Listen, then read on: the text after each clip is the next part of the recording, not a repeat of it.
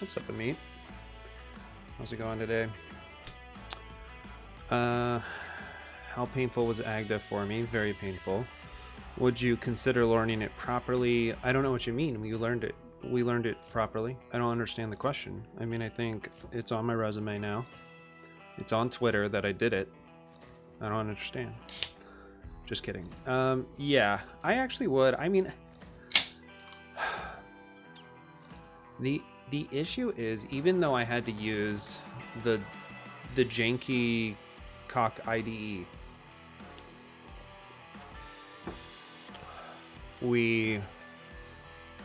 the tooling I felt like was easier to use with cock than it was with Agda. And so with that in mind, I would, number one, I would try to get a cock setup in Emacs. And assuming that it worked well, I may prefer cock over Agda. But of course, it just all depends on what you're doing. That being said, I think if I got into more of like formal proofs, I would want to do it in both so that I could actually understand and feel the difference between the two with how they're actually supposed to be used, instead of me just speed running it, you know? So yeah, it's a great question. Let's take that off. I should have taken that off before, because it's usually my cue to start, like for a YouTube thing, and I kind of like what I just said. Oh well. Yeah. No, yeah, I totally know what you mean to me. I was just being cheeky. But yeah, I would consider it. I would consider it.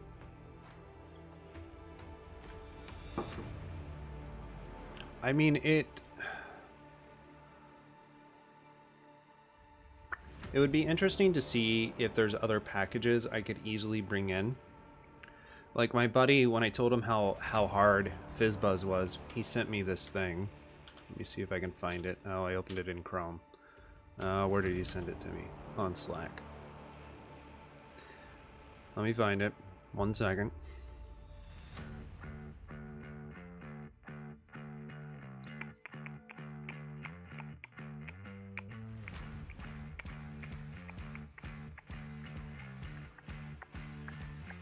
Change default browser to Brave.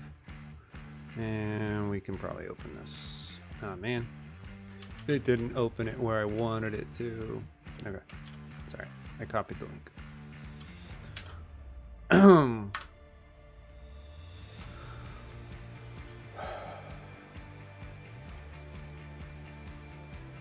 Okay, so he's like, oh, well, this fizzbuzz doesn't seem that hard, you know? And so this is the fizzbuzz he found and sent to me. And then this is the main, like, logic of fizzbuzz, is creating a data type, right? And then doing this fizzbuzz. But then, of course, there's this divides thing. And so when I saw this, I was like, yeah, where did he get this divides, right? The person who wrote this. And it comes from this division module. Now, this division module is actually just a module which this guy wrote. So that's when he was like, oh, never mind. Yeah, this is hard, you know? But I guess so what it comes down to. Do I like metal? Yeah, I do like metal. I listen to a lot of different things, but I do like metal a lot. I would play metal on stream, even though people would not probably enjoy it for the most part. But currently I'm only playing licensed music on stream, so I couldn't get any metal bands to license. I couldn't find a good place to license metal music for stream. Yeah, we'll do some metal. I'll probably switch it up some for AOC, and maybe we'll just play some unlicensed music, and then, you know, the VODs won't have music. But I don't know if people even like the VODs music in VODs. I don't really know.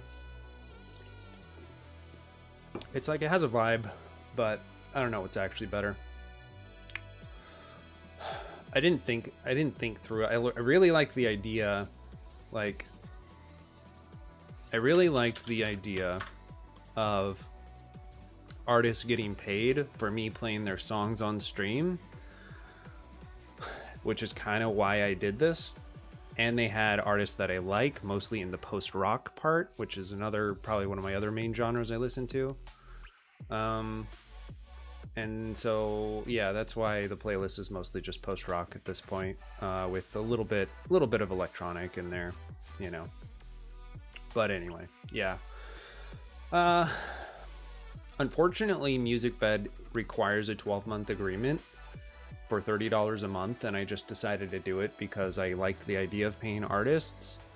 And I like semi-regret that, because now I'm kind of like, maybe it is better just to have VODs with no music and just like play all sorts of things on stream that I'd want to. But I still got like 9 months or 8 months to pay on this year plan. So then I'm like, well, I might as well play. I mean, they're artists I like, at least, right? It's not like I'm just playing licensed music just because it's licensed. It's artists I listen to anyway. So I don't know. We all make bad decisions sometimes. So what was I trying to say? Okay, I think, and this is kind of our Agda review anyway. So with Agda, we did not get very far, for those of you who did not join us for the last 2 days. Let's see, I think I pushed everything. Yeah. So we did Taste of Agda, and that took pretty much our whole first stream, setting up Agda on our system, and then walking through Taste of Agda. We then did, I committed our binary, but it doesn't really matter. We then did an executable application in Agda. This is just the hello world from. I think this is still part of Taste of Agda. And then we compiled it with Haskell, basically. And ran it, and that was that. What I didn't commit yet is that taste is not good. Oh god, 160p Nightshade? Oh, is this one of those in-office days? Unbelievable. Unbelievable that those exist. Alright. What were we doing? Oh yeah, so let's just commit what we have, even though it's, like, not right. I'm just gonna commit the binary because I don't care.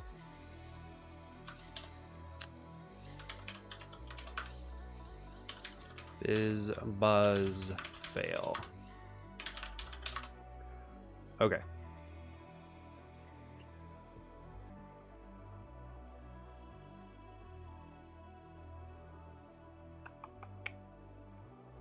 And that's back here.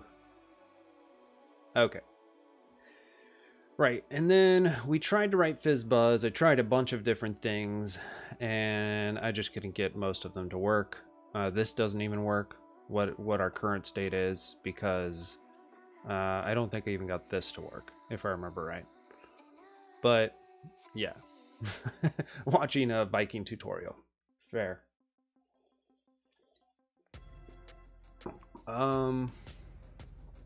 So, yeah. So, I guess my real take on Agda after using it for 2 days and just knowing so much without a mathematics background or formal proof background or type theory background, you know, besides just what I've learned over the years with FP stuff,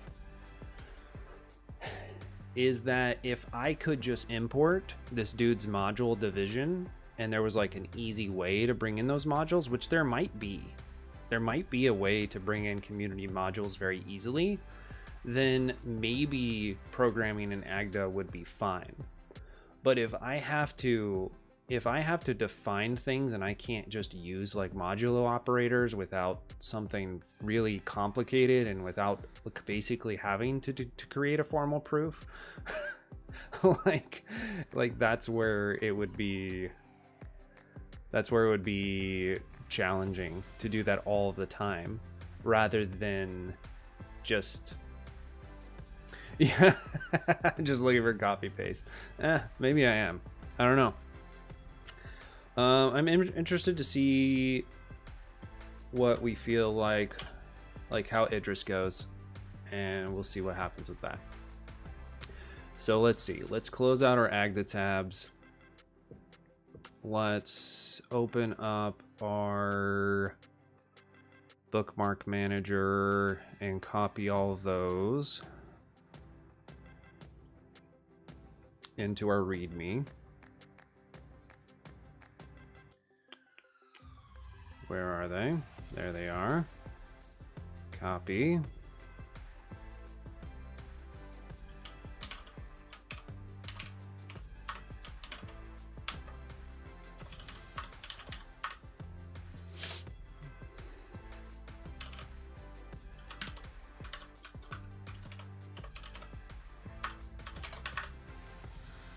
Okay.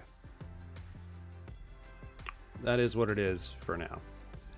We're going to clean up these things later.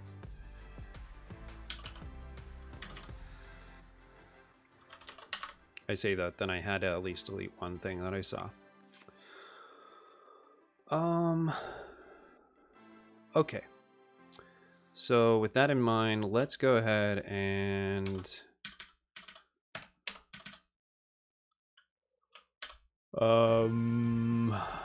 basically just want to kill every buffer I have open right now. We'll just do it manually. There's some way to do this and I forget what it is. I don't have to do it very often. It's messages. I even killed my scratch buffer, as if I needed to do that.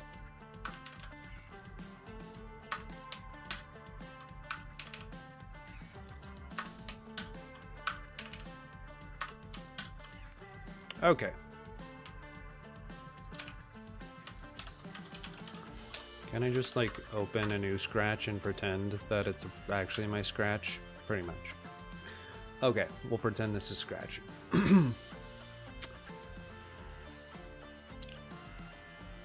I mean, really what I'm looking for in me is like in Coq, I could use the tooling in order to find the function that I wanted. It wasn't that hard to use those functions. I could write application-y code pretty easily, and that just wasn't my experience so far in Agda. Doesn't mean that is not possible. Obviously it is, but I think it would take a lot more doing to figure that out.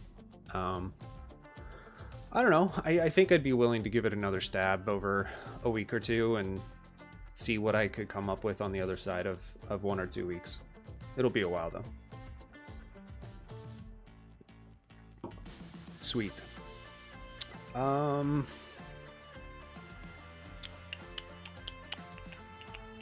feel like this is getting further and further away from my actual keyboard.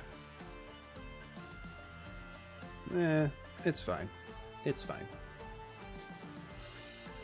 I could adjust the camera a little bit. It's okay. We'll deal with it. Okay. Let's do this and let's see. Okay, cool. I did that. And I couldn't remember if I tweeted or not. Let's exit Twitter so it doesn't distract me. And I think we are ready for Idris.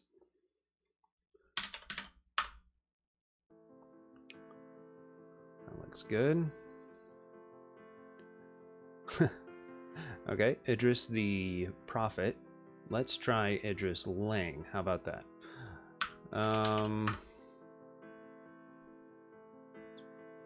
Okay. Do we have a Wikipedia? Okay. I mean, I assume so.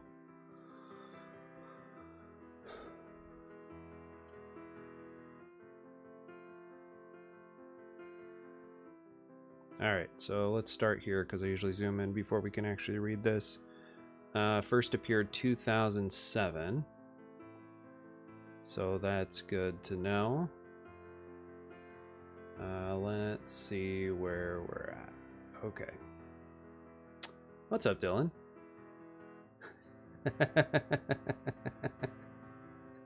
Yeah, that's fair, Meat. It's fair. It's hard. Well, I don't even qualify for YouTube monetization yet, so I don't get to know. I have to have like YouTube monetization requirements are really high. To get paid on YouTube, you have to have 1,000 likes on your channel, and then you have to have I want to say something like 2,000 or 5,000 hours of watch time. It's something like that. It's really high.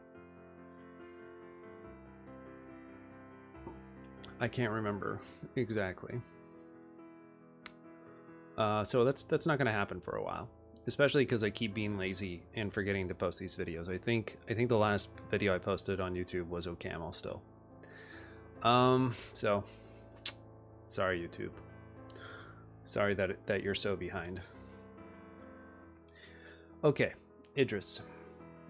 Idris is a purely functional programming language with dependent types, optional lazy evaluation, and features such as a totality checker. Idris may be used as a proof assistant, but is designed to be a general-purpose programming language similar to Haskell. The Idris type system is similar to Agda's, and proofs are similar to Coq's. Including tactics, theorem-proving functions procedures, via elaborator reflection. Compared to Agda and Coq, Idris prioritizes management of side effects and support for embedded domain-specific languages. Idris compiles to C, relying on a custom copying garbage collector using Cheney's algorithm, and JavaScript, both browser and Node.js based. There are third-party code generators for other platforms, including the JVM, Common Intermediate Language, and LLVM. Idris is named after a singing dragon from the 1970s UK children's television program, Ivor, the engine.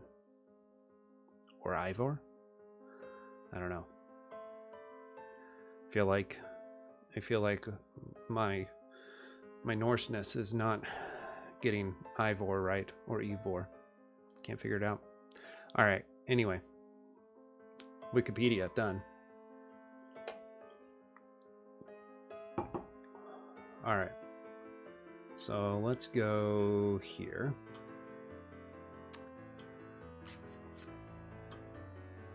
I've gotten a few tips on Idris, in that there's a little bit of a Python 2, Python 3 thing going on with Idris 1 and 2, and in general the entire thing is very poorly documented.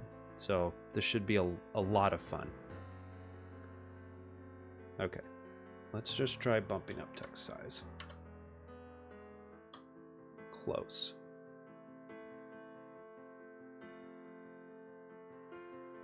Better.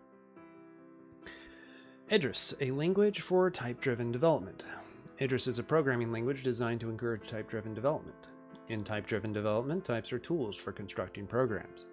We treat the type as the plan for a program and use the compiler and type checker as our assistant, guiding us to a complete program that satisfies the type. The more expressive the type is that we give up front, the more confidence we can have that the resulting program will be correct. In Idris, types are first-class constructs in the language. This means types can be passed as arguments to functions and returned from functions just like any other value, such as numbers, strings, or lists. This is a small but powerful idea, enabling relationships to be expressed between values, for example, that two lists have the same length. Cool. Assumptions to be made explicit and checked by the compiler. For example, if you assume that a list is non-empty, Idris can ensure this assumption always holds before the program is run. If desired, properties of program behavior to be formally stated and proven. Neat. Getting started. You can see some small examples, then take a look at the documentation. Okay? So that's that. So let's check out examples. and we might want to get things installing while we're doing this. You can find the latest release at this. This includes scheme source as generated by Idris, so you don't need an existing Idris 2 system to build. You need either Shea scheme or Racket to build the generated scheme source, Bash with RealPath. On Linux, you probably already have this. On a Mac, you can install this with brew install core utils, which I'm sure I already did. AC compiler to build the library support code. You can always find the latest development version on GitHub. If you want to install it the hard way, you can use a bootstrapping version of Idris 2.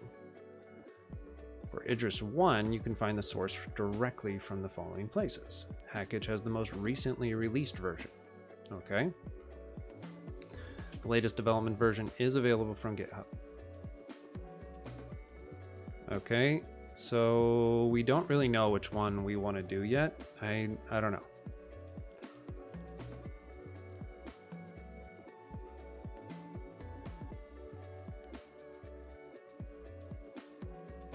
Okay.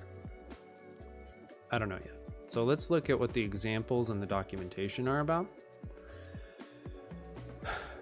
and see which one. It doesn't actually say whether this is Idris 1 or Idris 2, which is a little bit annoying, but okay.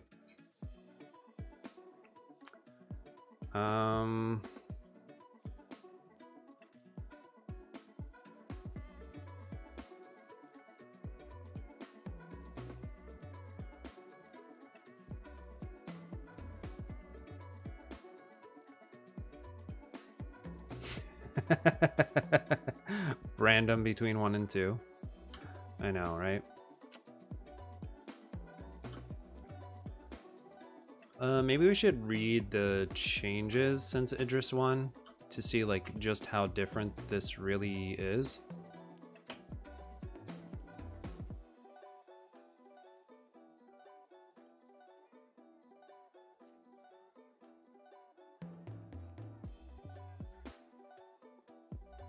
I mean, so far this looks fine.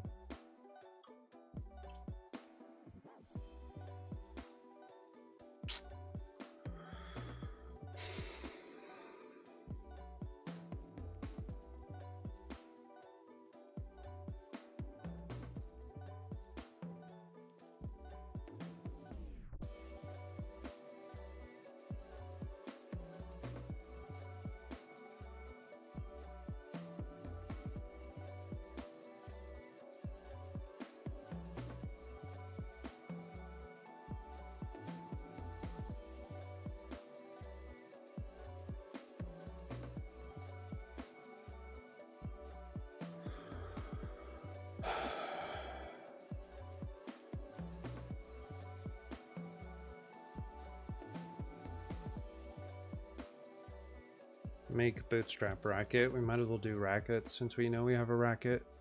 We have Racket installed. Okay, well, I mean, the docs seem good enough for Idris 2. So maybe it's just worth going with Idris 2. They said brew, but I don't think they really mean that I can install Idris from brew. I think they were saying I can install the dependencies from brew.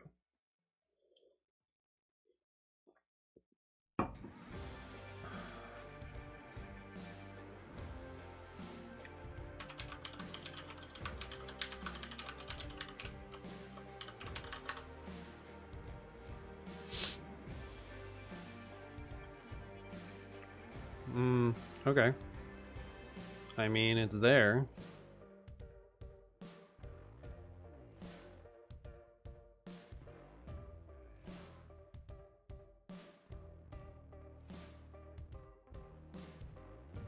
All right. Well, it looks like people are using it.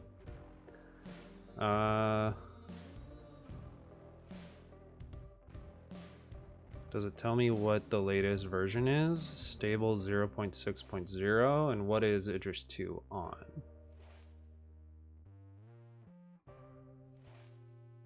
Tags 0.6.0. Wow, October 27th, 2022. I wonder if that's actually why they want you to build from source, is because they don't release very often. I bet that's why they recommend building from source rather than using homebrew. Huh.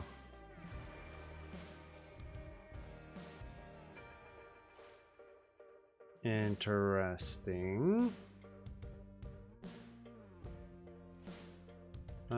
Let's just look at Idris' website and see what the download they would give me is.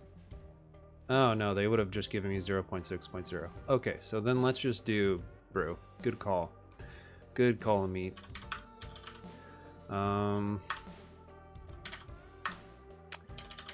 Make dir Idris engines. Obviously I don't have to do all that if I'm just doing homebrew, but you know. New window. There was ref on the getting started? Okay. Oh, it does say installing from a package manager. I just didn't scroll down. That's basically I got caught up right here, and it was probably even showing this on screen, right? And I just didn't even look. Oh god. Sometimes.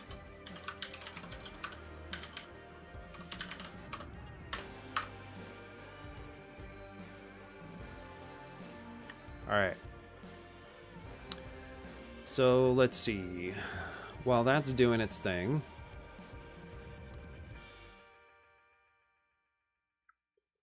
we're going to create a file called hello.iter.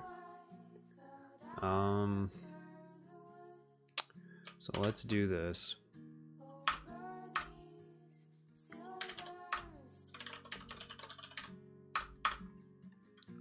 Try to be a little bit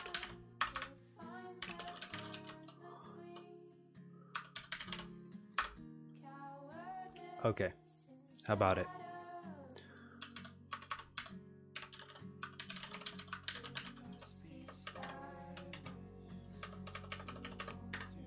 I used an emacs command. Love it. Okay. That's what we did. IDR extension. Looks like it already installed. So that's cool. To check that installation succeeded and to write your first Idris program, create a file called hello. Alright, so let's do our hello world. Idris snippets hello.iter x make directory, and we're gonna say module main io main equals put star line hello world. Okay. Yep, we are familiar with Haskell here on this stream. Compile the program to an executable by entering Idris to hello iter-o hello at the shell prompt. What if I omit the -o?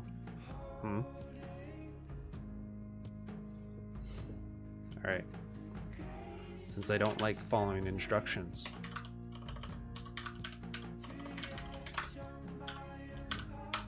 Jesus. Lots of mistypes today. What? What did I do? There it is.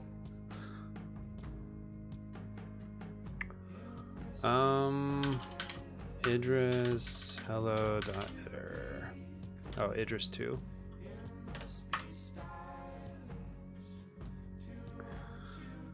Building hello. Oh, that makes sense. It loads the REPL. Okay, cool. Now we know. Let's go back to our README. This will help me for my poly tool. Idris 2. Load REPL with file. Idris 2 file name. Okay. And then compile is Idris to file name .iter -o executable name. Okay.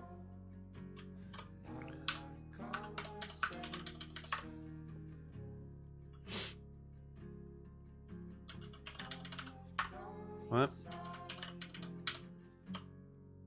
Is there not hello right here? Oh, that's weird. Okay. Oh, it puts it in build exec. Build exec. Hello. There it is. So that means we need to echo //build / actually just / build should be fine. To our get ignore. Nice. Okay. This looks good. Quick message check here.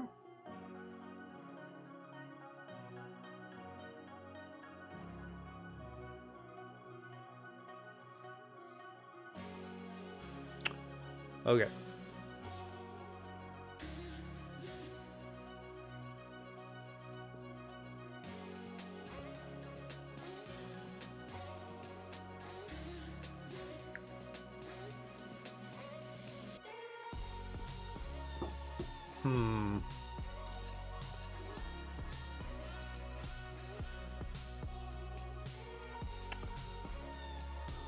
Waiting for the 100 lines fizzbuzz. I don't know. We'll see. We'll see how Idris ends up. So far, well, let's be real. The hello world looks almost the same as the hello world in Agda, but we'll see what happens.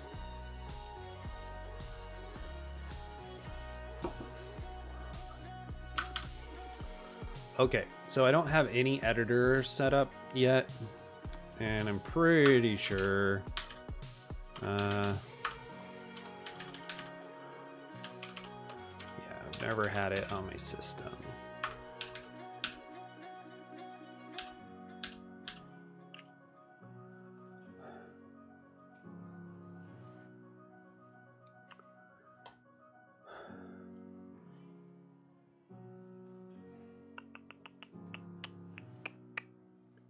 Okay. Yeah. That's all pure script stuff. Okay. The interactive environment, right? Idris 2 at the shell prompt. We did that already as we were exploring things. And do we just go right into this without... Are you telling me anything about editor setup? Oh, this is like installing from source. Why did we go back here? Okay, whatever. We'll just keep going. Okay, that was weird. All right. Whatever.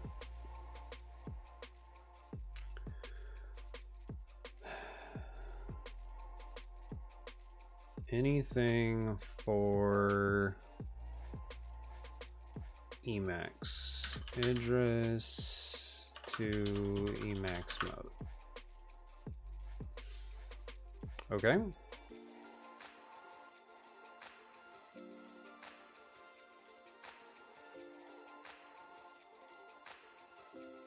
Maybe they were going to get into that in interactive editing, and I'm just jumping the gun, but I thought we looked at interactive editing already.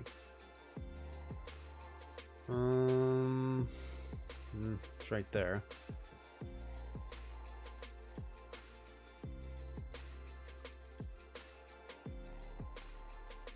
Interactive editing in Vim. Okay.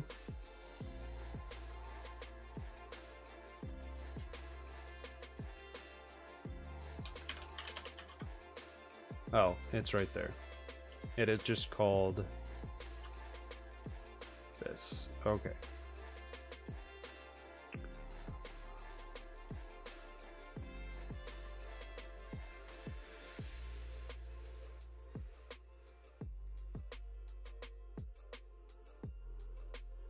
So I don't know completely.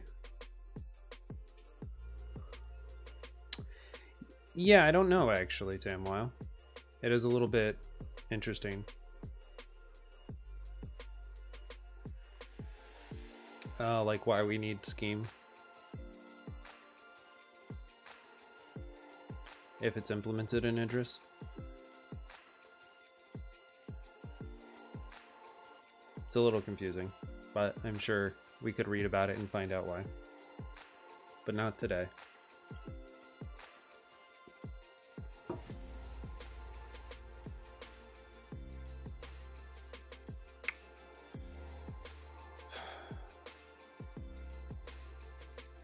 This is not very well worded because it's kind of like PRs to both projects to get things working smoothly are more than welcome, but then it's like it doesn't.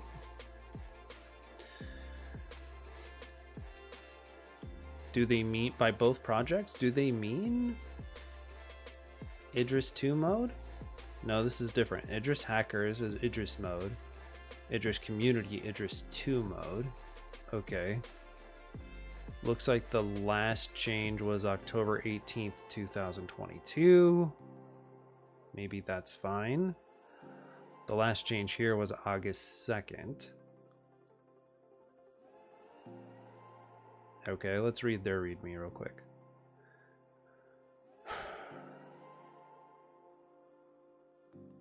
See that README for more details.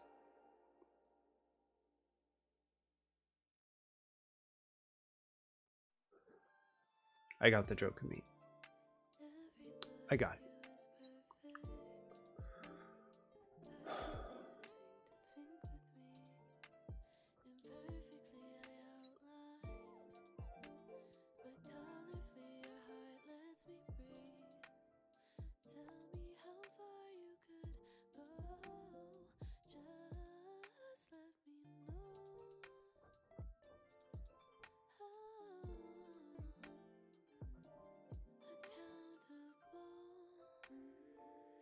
Oh, interesting. Okay. Good to know for evil mode. Let's just finish reading their README here.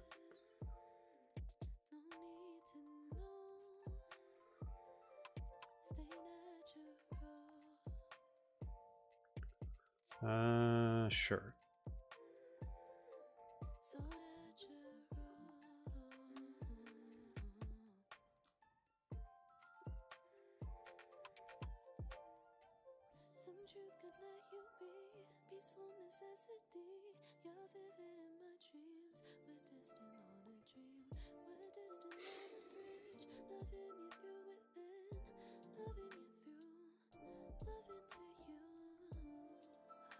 I kind of think we're going to be better off trying Idris mode versus Idris 2 mode, just because it seems like it's saying it supports both. But maybe they're just like really bad at explaining things. Nope, right here. Example of installation and setup for Idris 2 with use package. Okay, so this is all we need. And we're just going to get it from the package repo. Okay.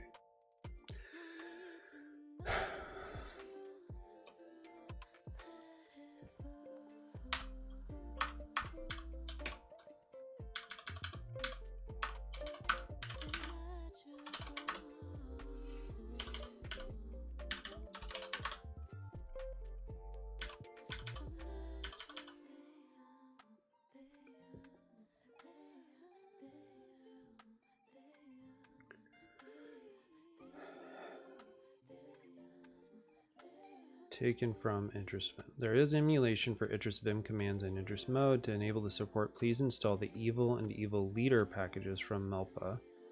Okay, well, let's get Idris mode first.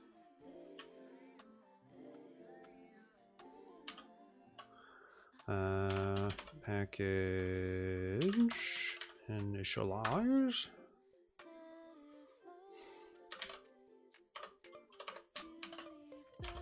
Package install Idris mode.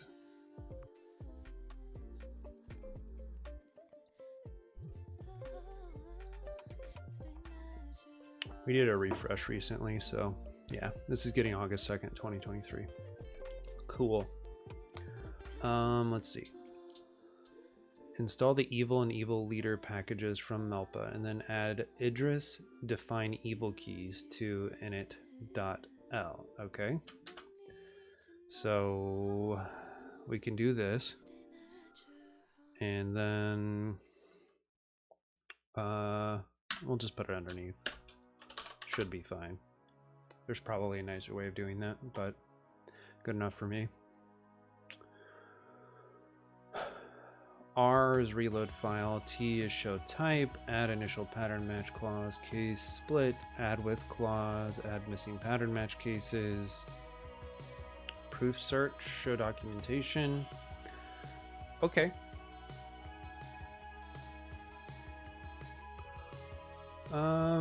This looks okay. Just from here, I might already have evil leader installed. Let's see. I guess I don't. You can just look into exactly what that is.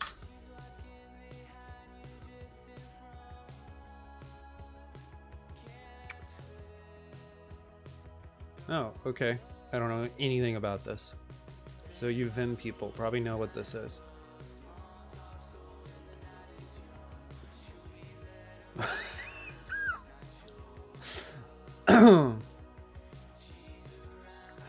Oh, Tamwile.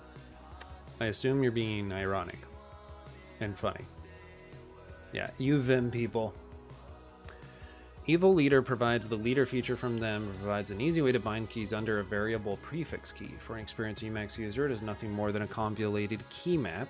Yep, but for an evil user coming from Vim, it means an easier start. Ah.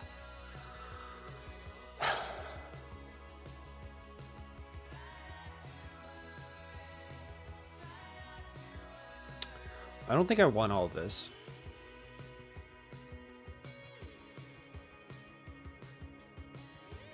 This is, you know, because evil mode is like, it's Vim motions in Emacs. So this is just taking the leader feature from Vim and putting it into...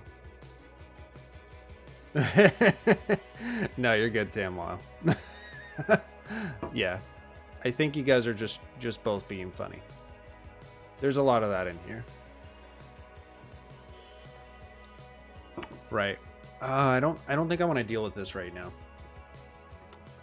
Like, I don't know, because then I have to define a leader key, and I don't know. That all sounds annoying right now.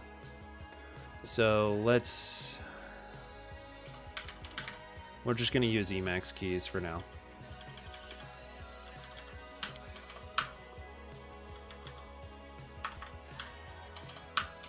Maybe install evil leader mode to use Idris define to use this.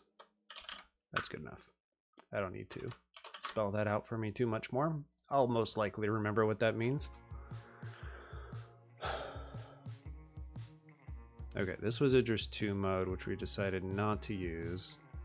We're using Idris mode with this.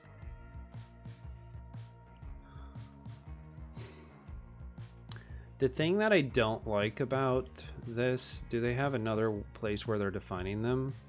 Okay, here it is.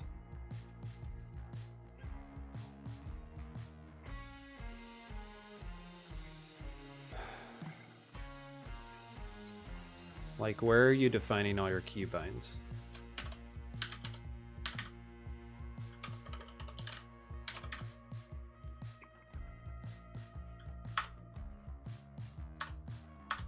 Okay.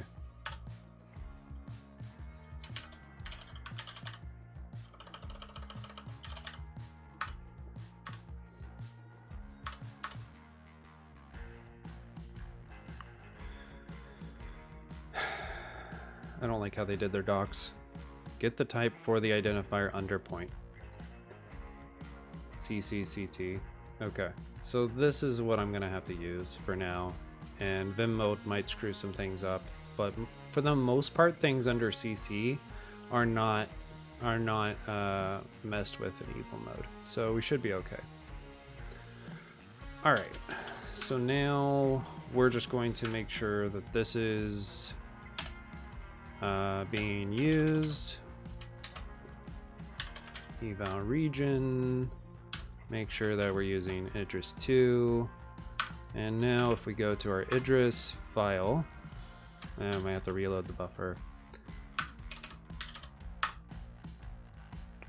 Well, it says Idris not loaded. Okay, and then what if we load it? Okay, there we go. We're in business. Loaded. Where'd they get my name from? I don't remember how they have my name. Oh gosh, did they take it from the OS? What the hell?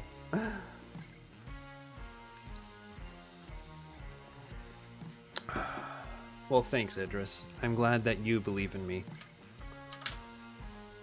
Total doxed. I dox myself all the time. Let's see. Cool. So if I just run main, okay. That's nice. And then if I'm here,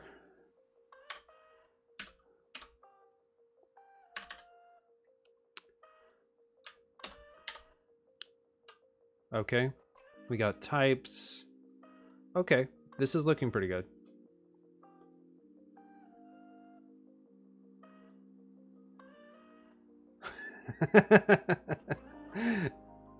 I like that, Amit. That's really cool. That's a great saying.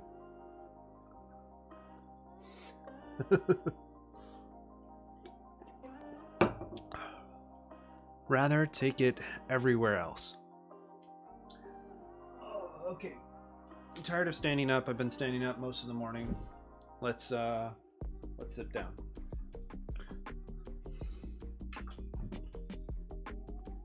It's fine. I'm just sitting down. Yeah. That's all we're doing. We're just sitting down. Mm-hmm.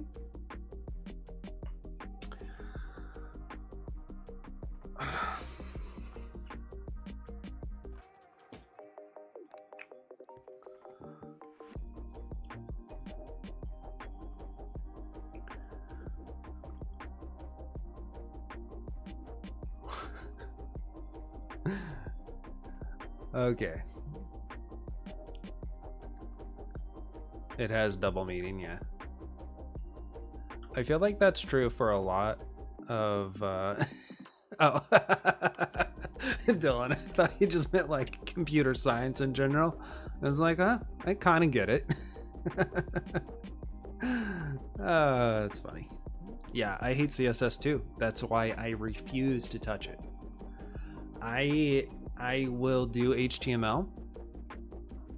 I will even write a very simple form or button handler in vanilla JS. And that is about the front end development that I have done in the last 5 years.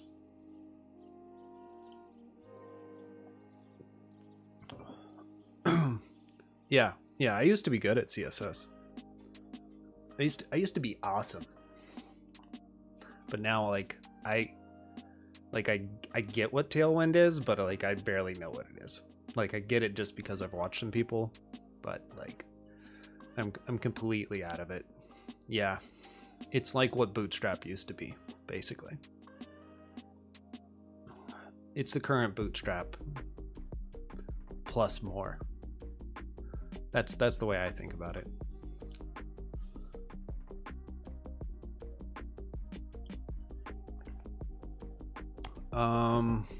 Okay, what were we doing? We got hello world working. Oh yeah, we finished our editor setup. So this looks nice. We have syntax highlighting. We have a REPL in Emacs. We get type annotations in Emacs. All that stuff's good. I hate the highlight over print thing, to be honest with you. I hate that. There is some sort of like thing on mouse 3. Whoa, Whoa, what is this? Wow, okay. I see why they're doing this now. Interesting. A mouse context menu. This is interesting. Add to music as a spoken track? Okay. I am not used to a right-click context menu here. That is very interesting. Vim users in shambles right now, that's right. Look at this beauty of a right-click context menu here in Idris mode for Emacs. Okay, okay. I'm guessing that's just Control-C, Control-D normally. Let's see, Control-C, Control-T is type. Control-C, Control-D. You didn't do Control-D for docs? Oh, that's right. It's Control-D, D. That is actually pretty common. Control-C, Control-D, D. Because you also have all these other ones. Idris apropos. I totally know what that is. Idris type search. Ooh. So we could do something like integer, assuming that they have integers, to string. Ho. Love it. Absolutely love it. Thank you.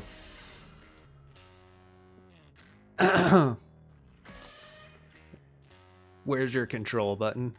It's on my Z key, actually, Colchis. It's right here. It's just a tiny, tiny pinky move away.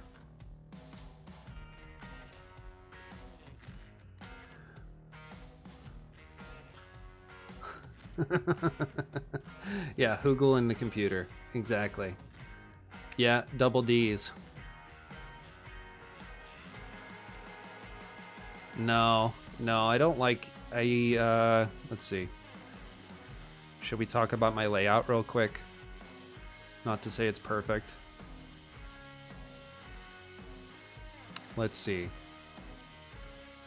So you get to see my kind of messy desk. But we have Control on Z. We have Command key on X. Option on C. Okay, so those are the main ones I use. Same thing on the other hand, exact same spot. One row below home. I technically have escape matched to H and J if I want to do a double tap, like 2 key, but most of the time I just use this escape right here. This is enter, this is space, this is tab. I just did something. I renamed something, that's what I was doing. Yeah, those are the basic ones.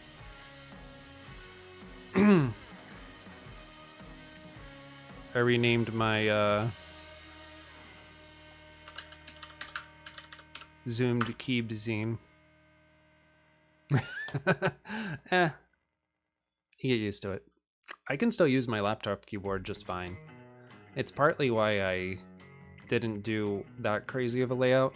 I can easily switch to my laptop keyboard. It's not as comfortable, but it still mostly works. And then I have escape on caps lock for my MacBook keyboard. Ever since going to the evil mode. Okay, cool. So we got that. We like the Emacs integration. It seems to be working fine. I'm sure we'll find things we hate about it. Okay, so we did that. Let's go back to getting started. We did all this. We looked at the interactive environment.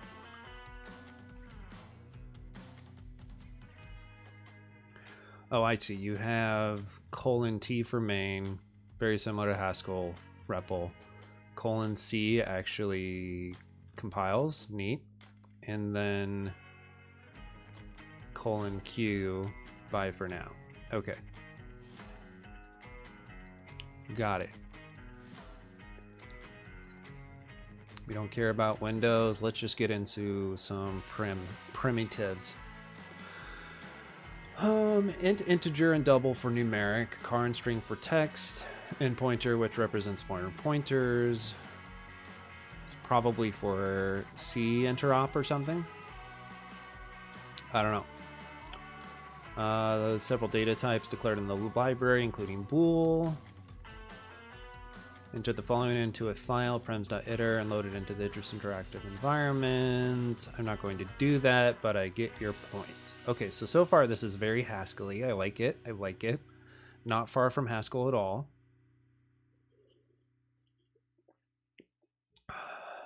Yeah, basically the same, right?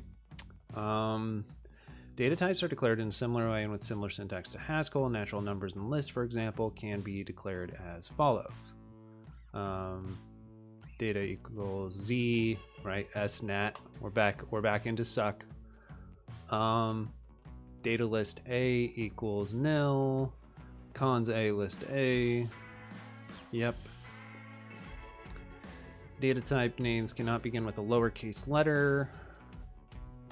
But declarations are taken from the standard library. Unary natural numbers can either be 0 or the successor of another natural number. List can either be empty, the nil value, or a value added to the front of another list. X is in the declaration for list. We use an infix operator. Cons. Using a fixity declaration. All right, so it's funny. I don't know why it's funny to me. And then we just have infix R10, sure. All very Haskell-y. All right, functions. Functions are implemented by pattern matching, again using a similar syntax to Haskell. The main difference is that Idris requires type declarations for all functions. Okay, so you have to specify your types using a single colon rather than Haskell's double colon, okay? Some natural number arithmetic functions can be defined as follows. Okay.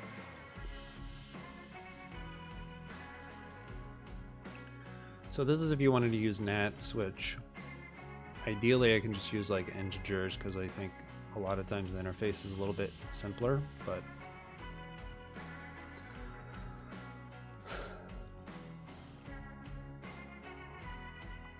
okay. So they just call it nat. So let's see if we have, did they define show for naturals?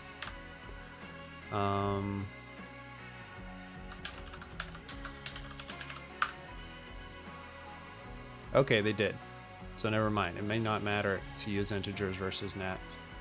It's just sometimes they're a little bit easier to reason about instead of having to do the whole SK pattern match malarkey.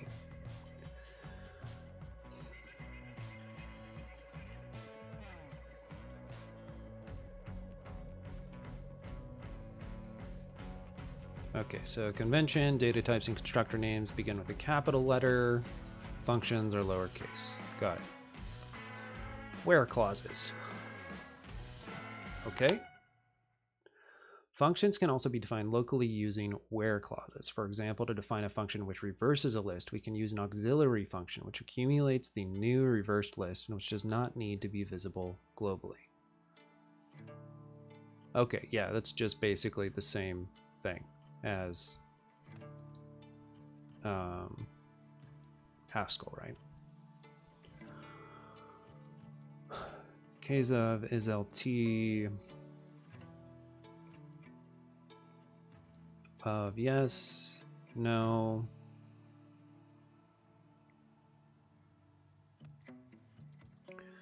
Indentation is significant. Okay, yep, same as Haskell.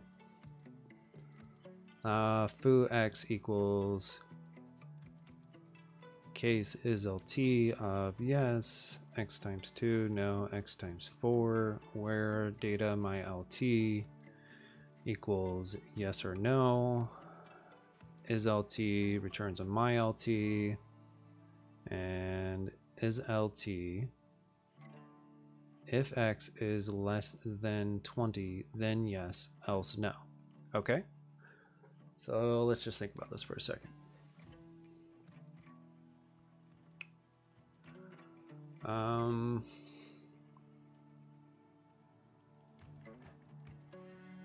K-Day TV, thanks for the follow. I appreciate it. Welcome. Glad you're here for us to learn us some Idris today.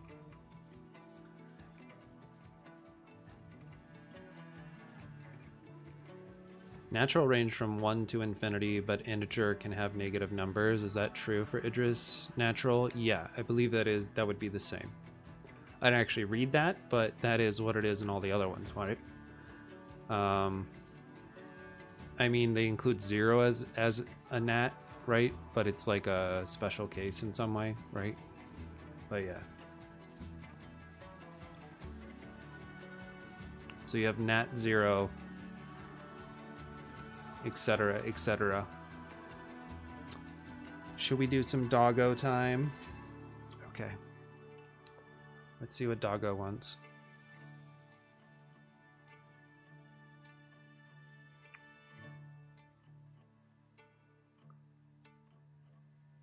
Oh, cool, K-Day. Thanks. Yeah, 0's included in that. Yeah, it is. Because otherwise those pattern matches wouldn't work. You want to play, Foxy? You want to play, or you just want to rest and you want me to pet you? Hmm?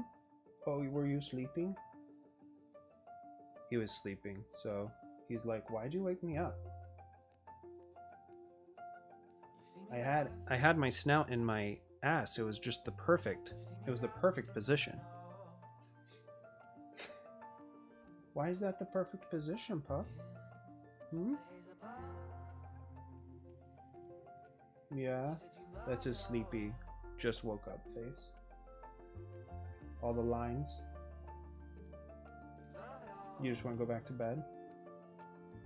Okay. He's pretty grumpy. He's like, why did you do that? Because chat told me to, okay? Chat told me to. I had to. I didn't have a choice. All right. Good times. Okay. Case is LT of. This is the only thing I'm like, for whatever reason, not. Oh, I'm just being dumb. It's literally right here. Oh my god. No, I'm just being dumb. I was thinking isLt is a function, but isLt is just a value. Right. That's computed down here with this expression. Okay, we're good. We're good.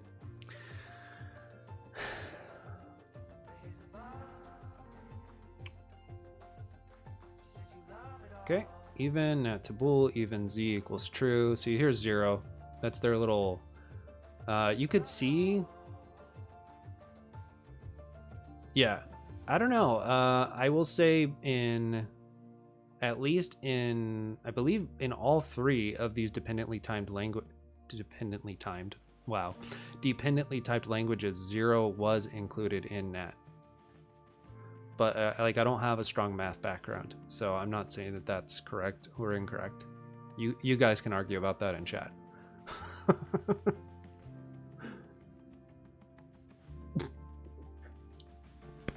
I'm okay.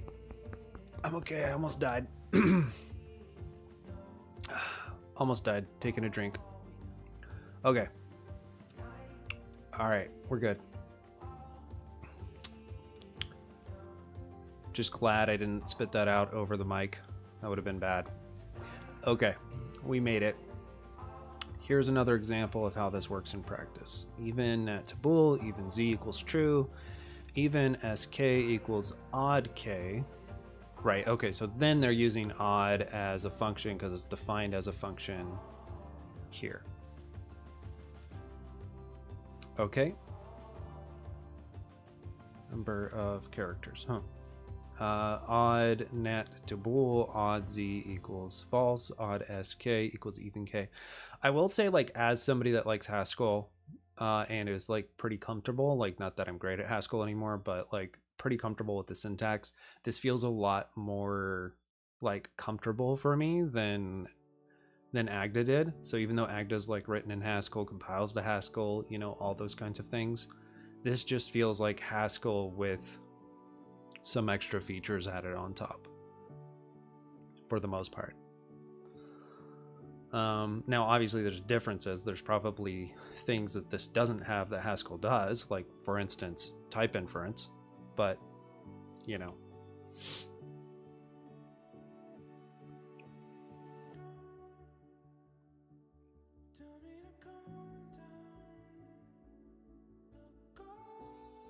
Oh, that's cool.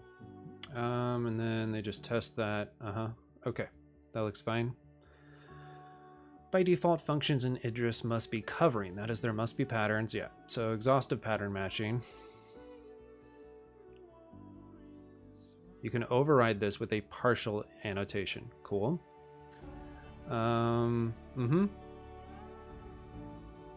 Yeah, nice. Idris programs can contain holes which stand for incomplete parts of programs. For example, we could leave a hole for the greeting in our Hello World program. Okay, so Agda was like hole-driven development was a part of Agda for sure.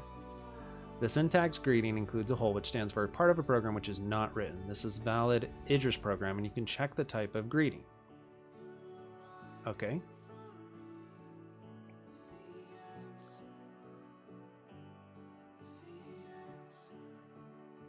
Does it? Yeah, it very well might.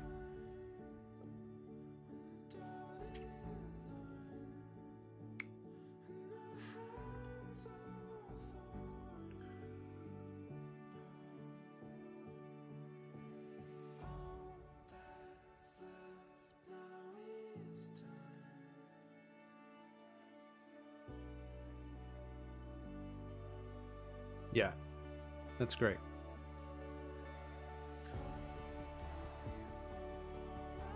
Okay. Dependent types. Okay, let's read this section and then we might have enough understanding. I mean, we could probably just like figure out a fizzbuzz right now, but let's at least read this section and then we'll maybe go into fizzbuzz. In Idris, types are first class, meaning that they can be computed and manipulated and passed to functions, just like any other language construct. For example, we could write a function which computes a type. Is singleton bool to type? Is singleton true equals nat? Okay, let me just think about this. Okay, right, it's just a really basic thing. Okay, right. So type is the type of types. Got it. So in the other languages, that would be set. Or at least in, I think it was Agda that was just called, is it Agda that was called set? I think so. The type of types is set. The function calculates the appropriate type from a bool, which flags whether the type should be a singleton or not. We can use this function to calculate a type anywhere that a type can be used. For example, it can be used to calculate a return type. Make single x bool is singleton x. Make single true equals 0. Make single false equals that. Okay, just give me a second.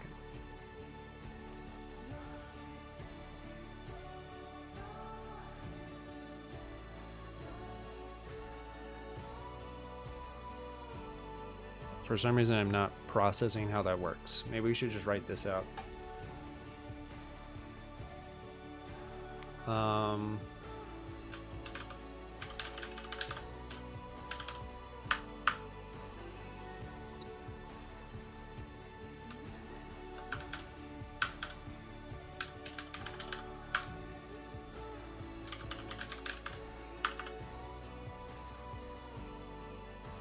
Type is a kind of set.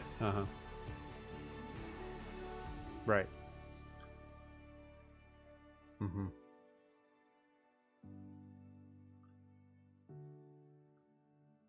Hey, Scottish. It's going pretty well. Learning some Idris. Probably one of the most popular languages right now in modern application development.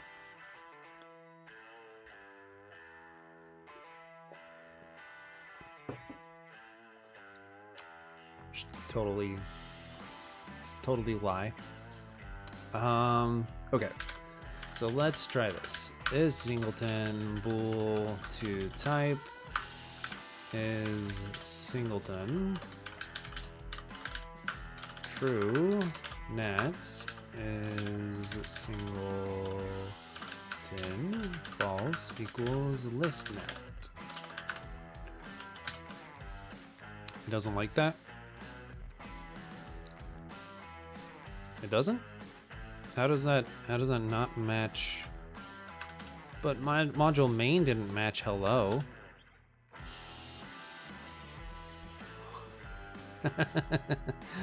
Want to program some Idris? All right.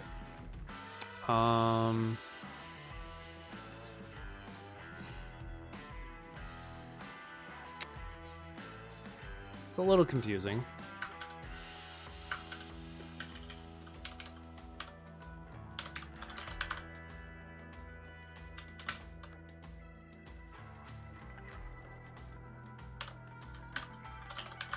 Main might be a special module, yeah.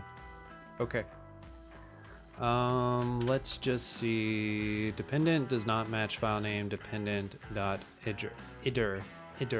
Okay. Let's just look at modules real quick. We'll skip ahead to modules. Oh, you actually capitalize the name of your file. Okay. Good to know. Sorry about that, Idris. I didn't realize.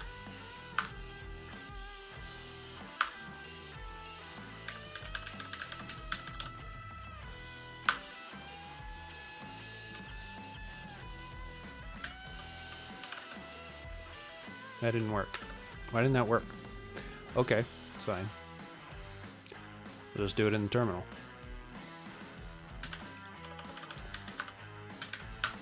ls snippets, not ls snippets, mv snippets dependent to snippets slash dependent.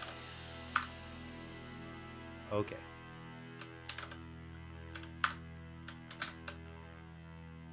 Now you like me. Okay. No holes found.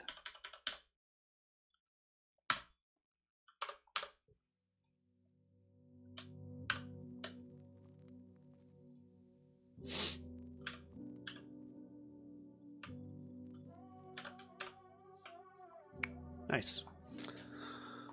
I love it when modes just follow convention. Control C, Control Z, you get to your buffer here. Control C to Control Z again, you go back to your source. Just makes things easier. Same as basically every other REPL. Inside Emacs, that is. Okay. So what is it that I wanted to do? Let's just play with this. Can you do this? You can't make sense of the completion task. That's weird. Is single. Okay, now you can. Whoops, I did the thing. I did the emacs thing. Just kidding, I meant to do this. Okay, cool.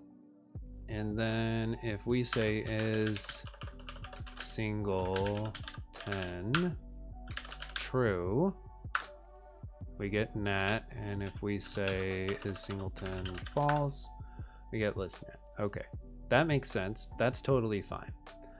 Now the next thing that didn't make a whole lot of sense to me, but maybe it will make sense once I type it out, is if we have a make single that takes an x of a bool and returns is singleton x in the type, make single true equals 0, make single false equals this. Oh, I know what it is. I think. Let's see if I'm right. Okay, so then we load this. And then we say make single true, and we get a 0. And then we say make single false, and we get that. Okay.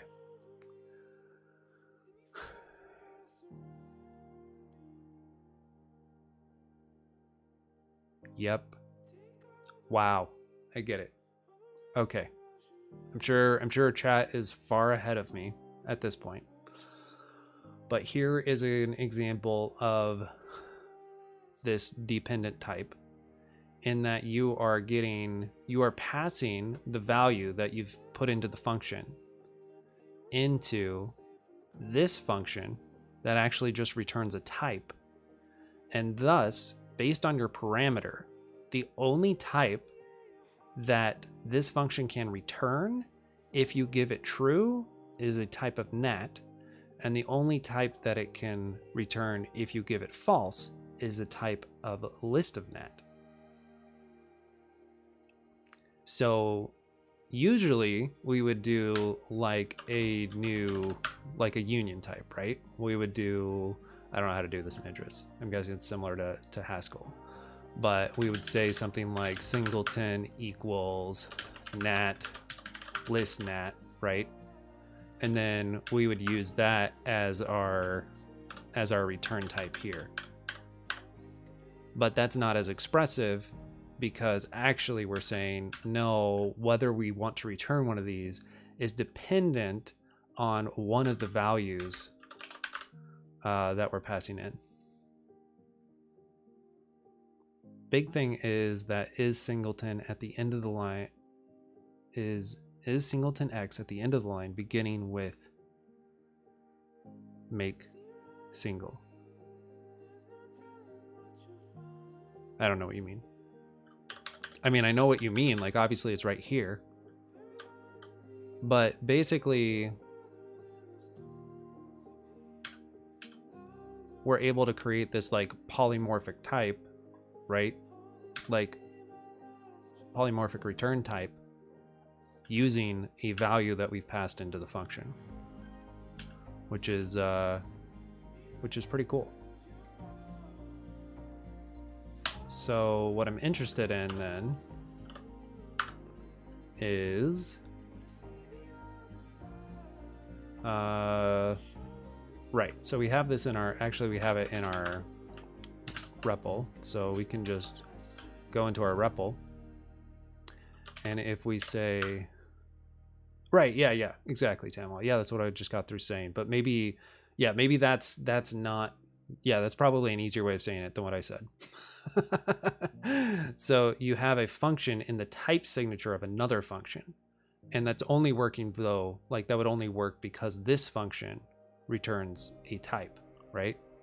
I mean, maybe you could do it if it returned a value, but I doubt it, right? It's only because we have a type, right? Yeah, so very cool. I really like that. That totally clicks with me. Okay. So let's see. So if we say type of make single true, let's see what we get. We get nat. Yeah, it's very cool. I really, really like that.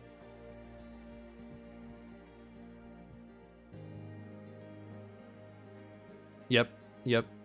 Exactly, Amit. Yeah, that's exactly right.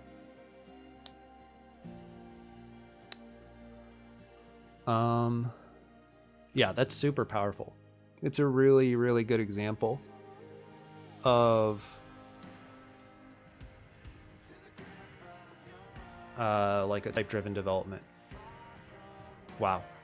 And then the return value from make single isn't, it's not like a trait, right? It's not like a trait or a type class or any of those things. And it's not, like I said, it's not a new type or data type or a union, some type, whatever. It's not any of those things. It's literally just the type that we've expressed here. So the type of make single true is nat. It's not something else. So yeah, the layers of correctness you could get there is pretty cool. I really like that.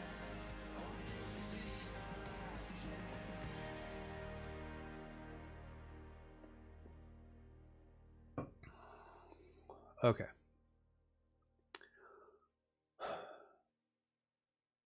Yeah, standard example. This is the example I always give for a dependent type, is like a list with length.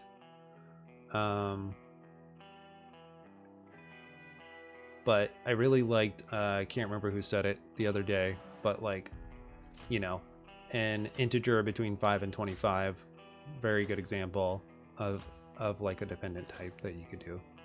But anyway, I don't know how you do it yet. Data vect nat type where, okay. Nil vect za cons a vect ka to vect ska. Okay. Know that we have used the same constructor names as for list. Ad hoc name overloading such as this is accepted by Idris provided that the names are declared in different namespaces, normally in different modules. Ambiguous constructor names can normally be resolved from context. Okay. This declares a family of types, and so the form of the declaration is rather different from the simple type declarations above.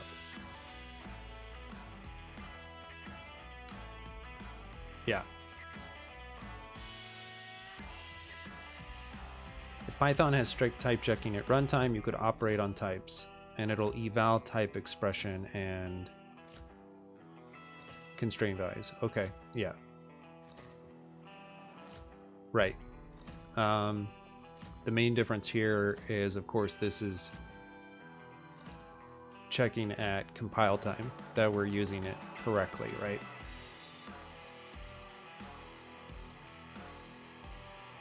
If I understand what you're saying.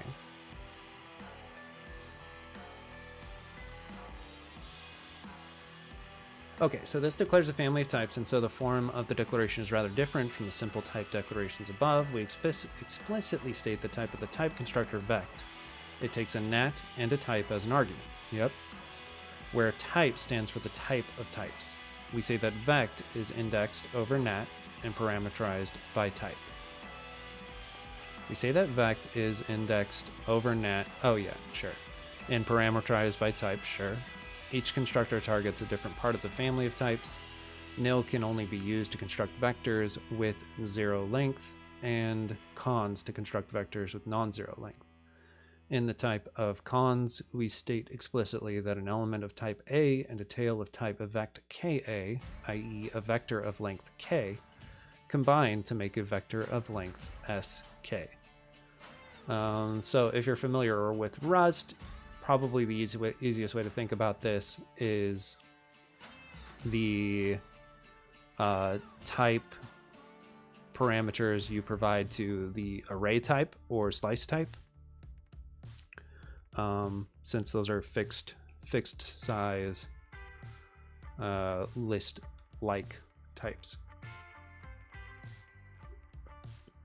I don't know how they're meet, but it's pretty interesting.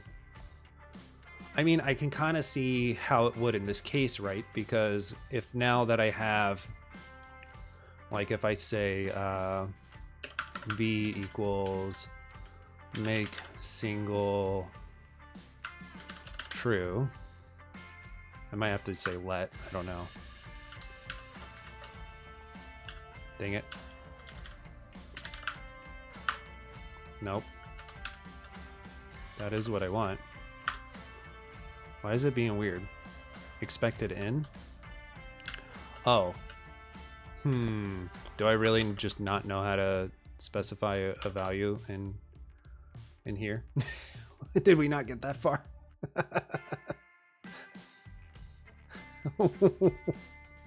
Oh god. Maybe you can't. Maybe you can't do like a top level declaration. I don't know. Did I miss that?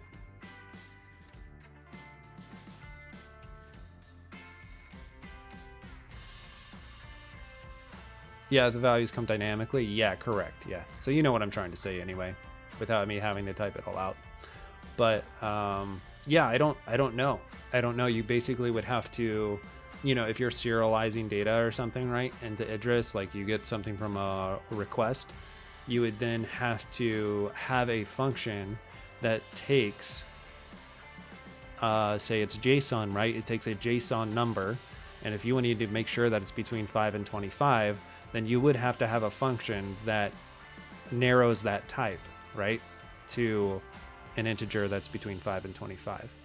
But yeah, so and if you didn't do that, like I imagine, well, let me think. If you didn't do that, well, the compiler would know, right? It's kind of like the problem I ran into with fizzbuzz and Agda, which was basically that I couldn't get it to use mod because I would have to prove that it was not 0 and that I was not dividing by 0 and all these other things, and I just couldn't figure out the way to do that. Besides many other skill issues, but that's one example.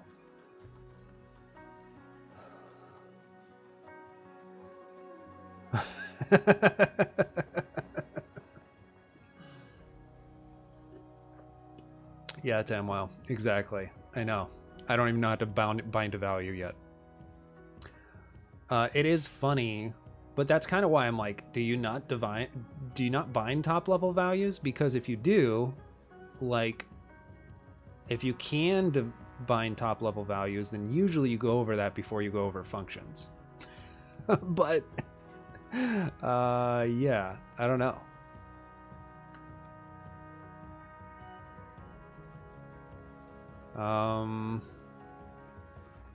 Okay, so they use a prelude. We skipped over that somehow. I guess I was just scrolling. Oh, it's because I have to specify a type. That's why. V is nat. Couldn't parse any alternatives? How do I do this here then? V is nat. Expected end of input. Huh.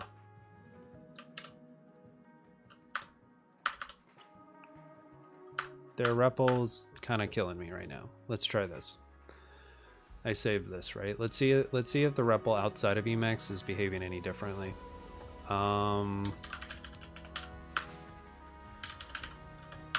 Idris 2 dependent. Really? Why is this not working? You guys are driving me nuts. It's because I typed it wrong. It was me. Is anyone surprised? Is everyone surprised that it was actually my fault? I bet you guys are. Okay. Let me just make sure. If I say V is nat here, nope, it's the same thing. So how am I supposed to both? Oh, I need that thing. What's the tool called? I always forget.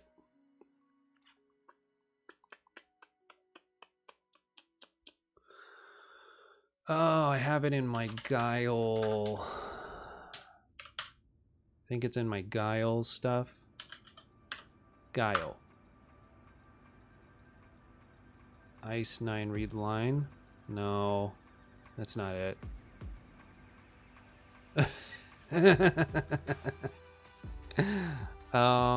Shit. Why can't I remember what it is? I had to use it for other REPLs. REPL wrapper program. Is it Ice 9? Are you laughing about Ice 9? Use modules Ice 9. No, that was for Scheme. REPL wrap. But I don't have that, right? Laughing at the name. Okay. I was like, did I do something wrong? RL wrap. That's what it is. Damn it. I could never remember that stupid name. All right. Thank you.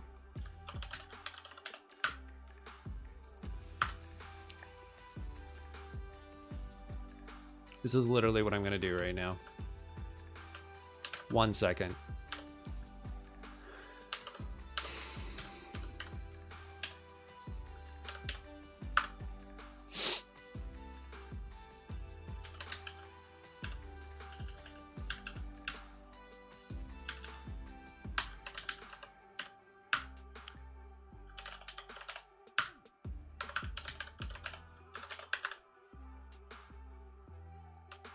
Make sure I did this right.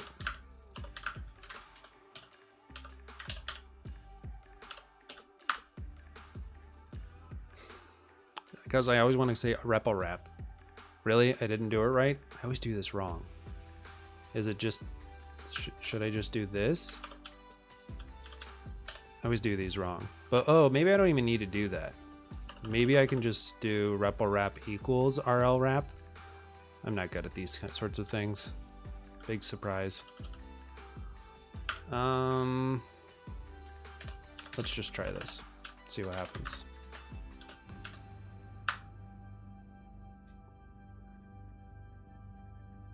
Nope, it's still wrong. Why is that wrong? What did I do? Is it the spaces? Oh, that's right. Stupid spaces.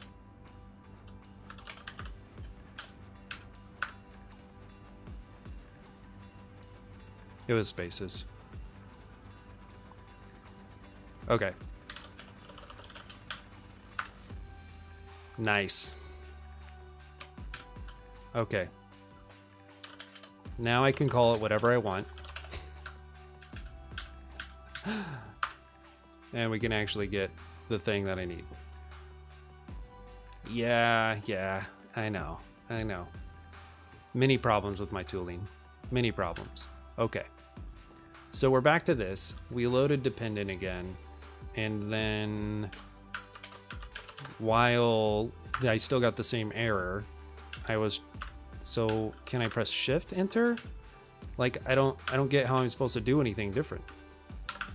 V equals make single. Can I do this?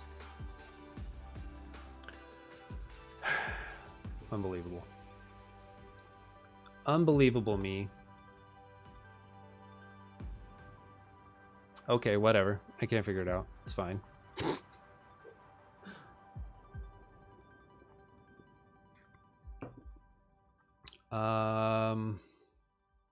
I would have to look at the interactive thing.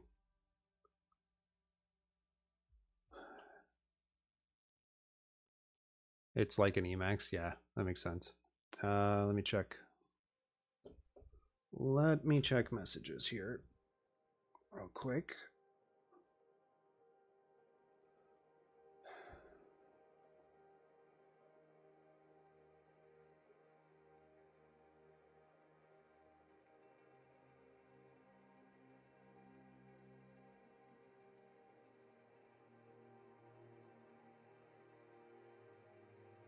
Okay, looks good. So declaring values in a REPL, not sure how yet. Oh well. Like, would it let me do this maybe? Maybe this is what I can do. Can I say v nat equals make single true? No. Still hates me. All right. Just thought we'd try. Okay, where were we before this? Before I got into this, we got where clauses, we got totality and covering. We were reading about dependent types. Alien Peace, hey, thanks for the follow, I appreciate it. Dependent types. So we're reading about vectors. Okay. We can define functions on dependent types such as vect in the same way as on simple types such as list and net above, by pattern matching. The type of a function over vect will describe what happens to the lengths of the vectors involved. For example, plus plus defined as follows appends to vect. So plus plus takes a vect of NA indexed by n of A to a vect MA and returns a vect n plus MA, right? Because it's concat. Plus plus nil y's equals y's. Okay. Otherwise, for x in x's and y's, we're going to say x cons x's plus plus y's. So how does that work?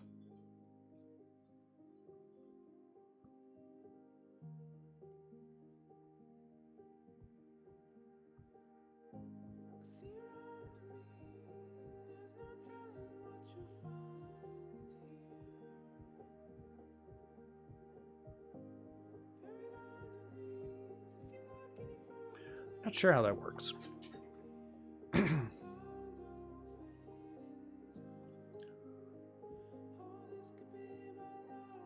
So actually what I'm thinking is you can't... Hey, Runic. What's up, man? Thanks for the raid. I appreciate it. I saw you were doing some stuff in Rust. I feel like... Did you just start and then have to end, or what? I always do raid when I mean to do shout out.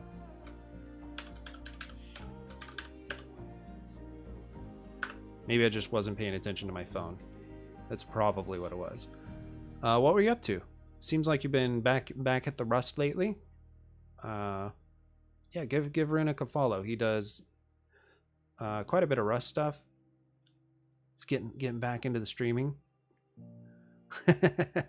Yeah, that's right. Oh yeah, it's late for you.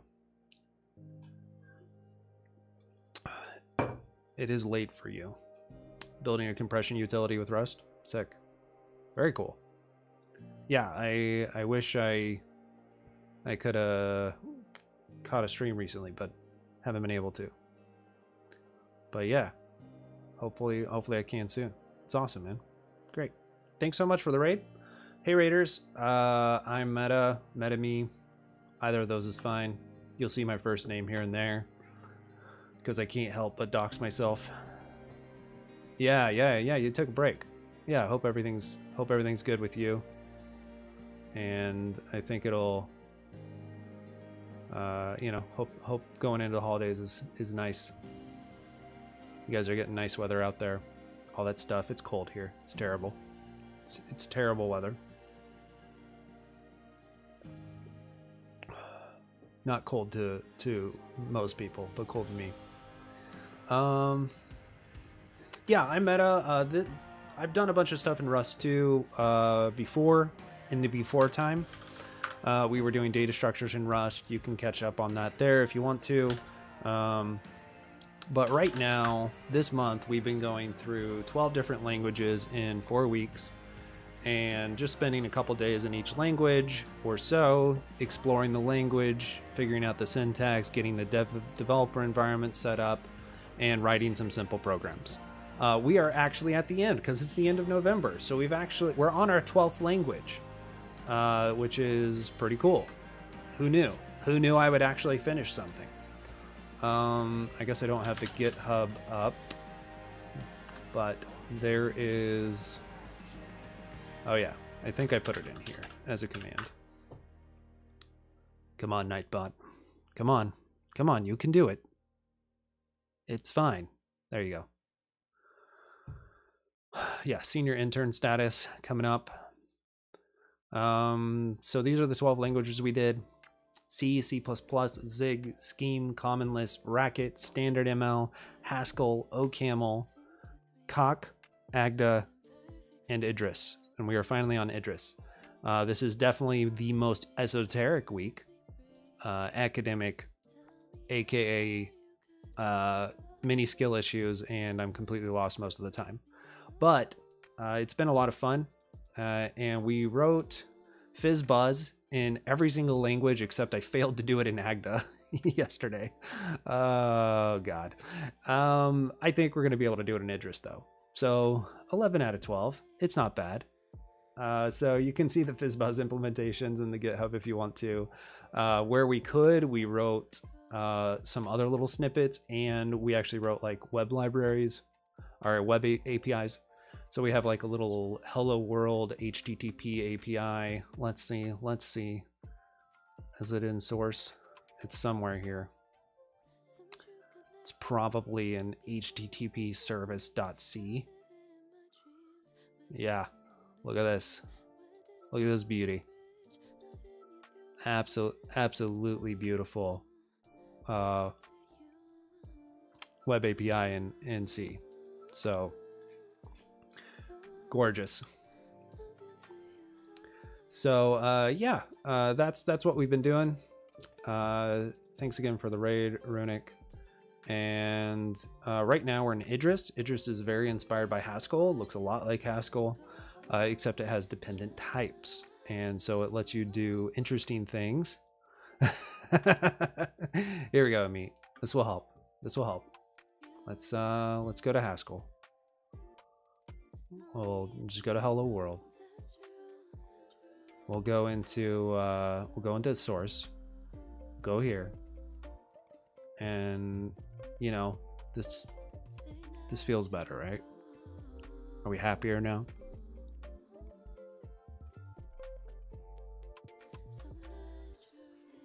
There we go.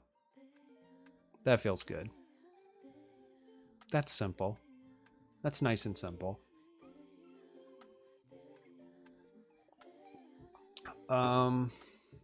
Okay, so while Haskell, other MLs, Hindley Milner, Rust, all have really great type systems, dependent types let you do even more expressive, powerful types. So here's a really simple example that we were just going through, where we define a function that actually returns a type, where type is a type of types. So nat is just natural number, and then list of natural numbers. And depending on the value that you pass into is singleton is what type is here. So this doesn't look like it's very helpful on its own, but when we pass that as a parameter to the type of make single, this is saying if I pass true into X, then make single returns a nat. And if I pass false into make single as an X, then make single returns a list of nat. And you can kind of see that in the respective implementations there. The Doom C code base, yeah. There you go. So yeah, so now we're just kind of forget what we were doing. What were we doing, guys? Anybody remember? So we're just finishing going through some of the tutorial docs on their dependent types. Oh yeah, I was trying to figure out how the hell this works.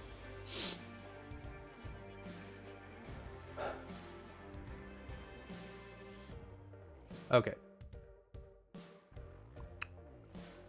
Data.vect, or we can declare them as follows. Right, so this is data.vect. I understand this data type here. This is basically just your constructor. So when you first say, I want a vect of a certain type of a certain length, that's fine. Have I heard about Shen? Who's that? I don't think I have. And then this is cons, which is basically just like adding things to a list. Or in this case, a vector.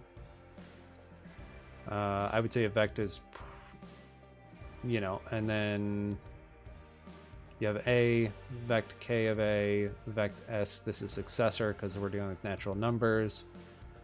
K of A. Yeah. So there you go. Basically list plus types plus prologue. Okay. That's interesting. I don't think I've heard of that one time. Wow.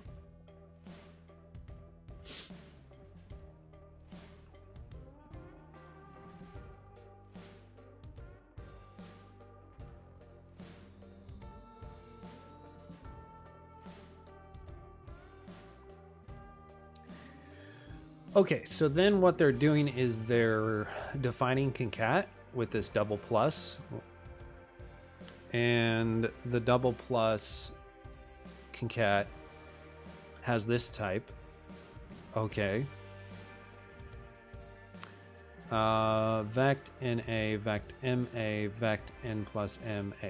Right, so the N and the M are the size of the vectors. A is the type. And that's why you get this. So one of the things that's cool about this, just off the bat, is like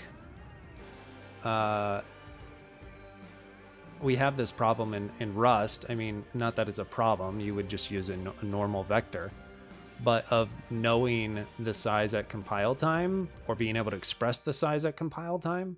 And this basically expresses the size of your resulting vector at compile time, which is kind of cool. I mean, it's implicit, I guess, in a Rust vector, but it's kind of a cool idea. Like that we're able to use these values in the type, right? So then we have plus plus nil, y's equals y's, plus plus x of x's and y's is x. Oh, right, because cons is already defined. Right. So x cons x's plus plus y's. So this is a recursive call.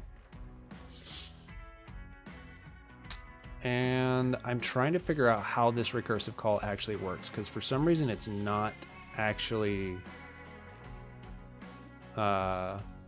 making sense to me. By the way, in maths, a vector is fixed size. Okay, so it's more... So then a vector in math is a lot closer to like an array in programming, or does math have like a different concept of an array? You know, and like an array meaning a true array that is just a contiguous memory space, fixed size, blah, blah, blah.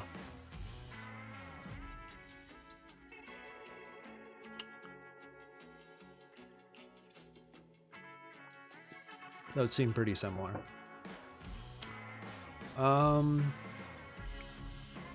Okay.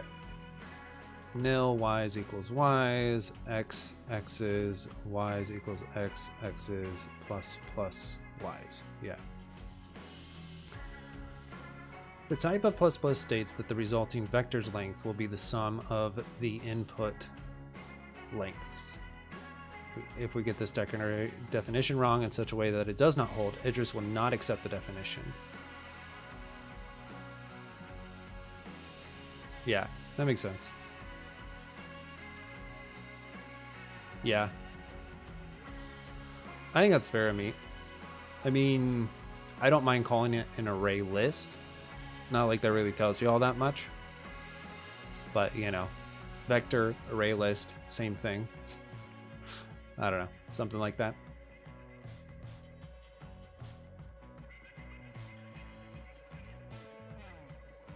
Yeah, so it is closer to an immutable array. Yeah, exactly. Like an array in Rust, for instance, Tamwell, like you can't do anything to it. It's just there, right? If you want to add something to an array, you don't. You create a new array and reallocate, you know, that whole thing. And then a vector is just like essentially an abstraction on top of that, right, to make all of that easier.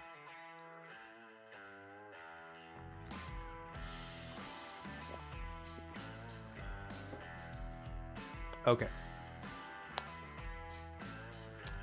The type of plus plus states that the resulting vector's length will be the sum of the input lengths. If we get the definition wrong, okay, we already read that. When run through the Idris type checker, this results in the following, right?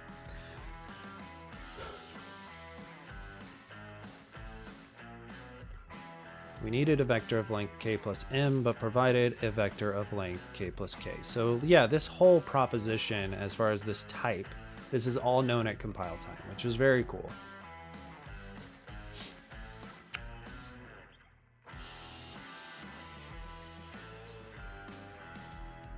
Finite sets, as the name suggests, are sets with a finite number of elements. They are available as part of the Idris library by importing data.fin. Okay. Or it can be declared as follows.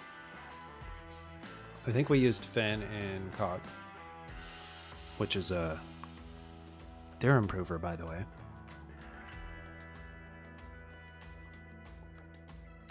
Data fin. I have not done Odinling. No. Don't you think that would be a little bit too... It'd be a little bit too close if I was to do...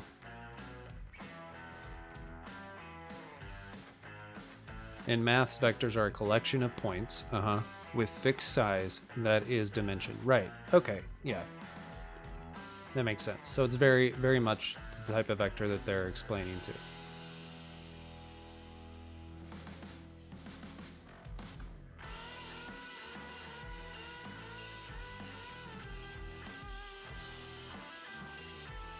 Oh, right, I did look at this before. Odin is like... Isn't Odin particularly like...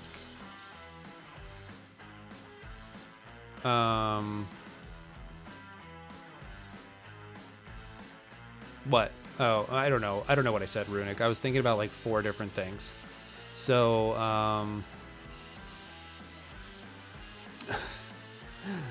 is Odin the one that's like really popular in like the Python community, I want to say? Or am I thinking of something else? Probably thinking of something else. It just seems like this is another systems thing, basically. High performance, modern systems, joy of programming. Okay. C alternative. Okay, so I'm guessing it's like simple language. Oh, it's the GPU. Oh, okay.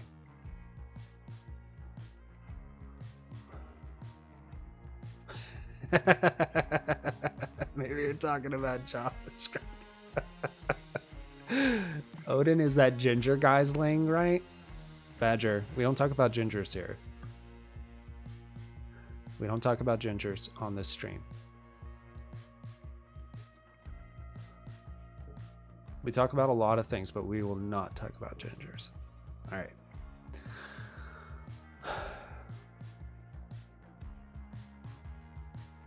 Yeah. Right? Right? Yeah. Coincidence? Thor? Is Thor a ginger, you think? I guess. I always thought of him as being more blonde, even before the marveling. I have drank ginger tea. Ginger tea is good. All right, message check, and let's see if we can actually get something done.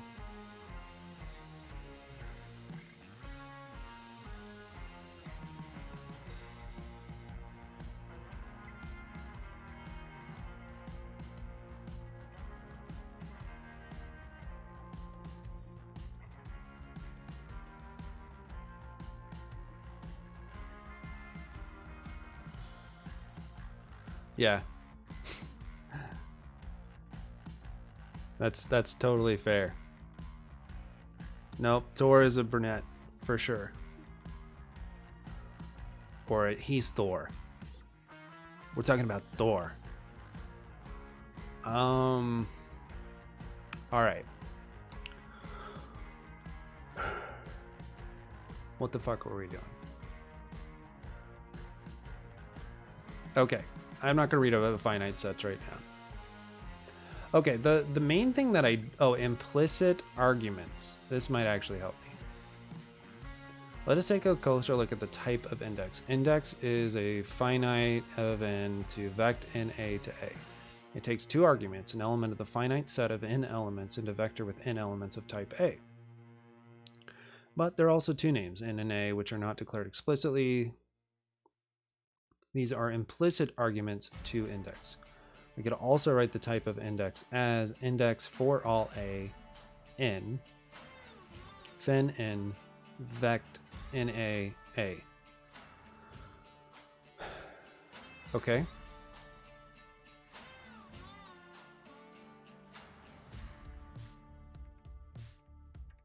Sure. So you can define the implicit arguments if you want. Not worried about that right now.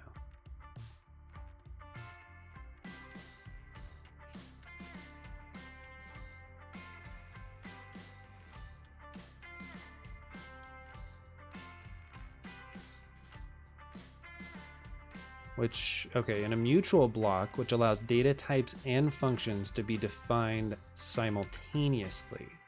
I wonder if this is how you're supposed to do it in REPL.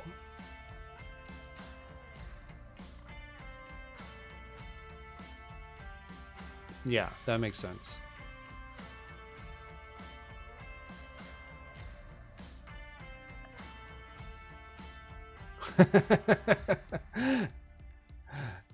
Ginger as in the culinary ginger, or ginger as in the coloring of a person? Hey, Azel. Nightshade has mini something.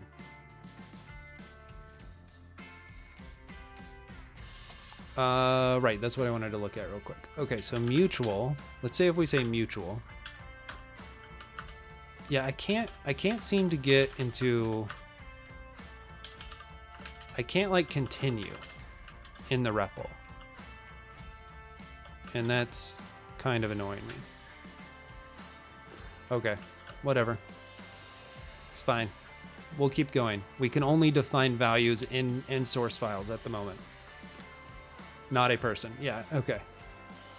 Yeah, ginger's pretty common in tea and cuisine. I mean, in most parts of the world, right? I mean, well, especially a lot of parts of Asia. This is not Agda. How do you know? It doesn't have Unicode symbols. You can actually read it. You can actually type it without special Unicode malarkey. This is Ergodox easy, Runic. Yeah, we got the Keeb cam set up. It's an old one. Oh, I meant for the question about what lang for AOC. Yeah. Yeah, so what are we doing for AOC? So we created this little tool to help me remember things. Not there. What is it called? GitHub. Oh yeah, I put it in the thing. I put it in the thing. That's it. Look at me. I only did that because somebody told me to.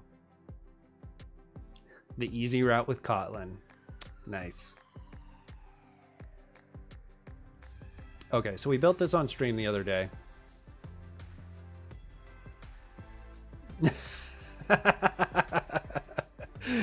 Thanks, Dylan. I appreciate it. I created GitHub the other day. Yeah.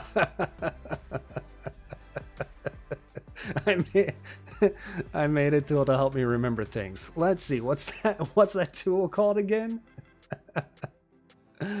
So basically it's taking all the languages that we've done and a couple other ones. Rust and Clojure are the additions, and helping me remember how to use them properly. Yeah, I definitely need it, PM. So what we're actually going to do for AOC is choose a subset of languages and do a roulette. Like, just choose them at random, basically, for each day of AOC. So that's the plan. So if we go to MTOL and here,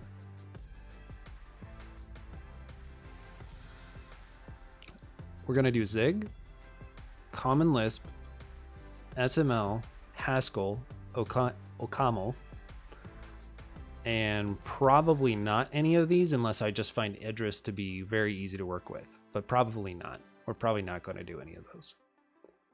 It's hard enough to do AOC. And it's also already a lot of languages. So we're going to do Zig, Common Lisp, SML, I can't talk, Haskell, OCaml, Rust, and Clojure. I think that's what we're going to do. And there'll be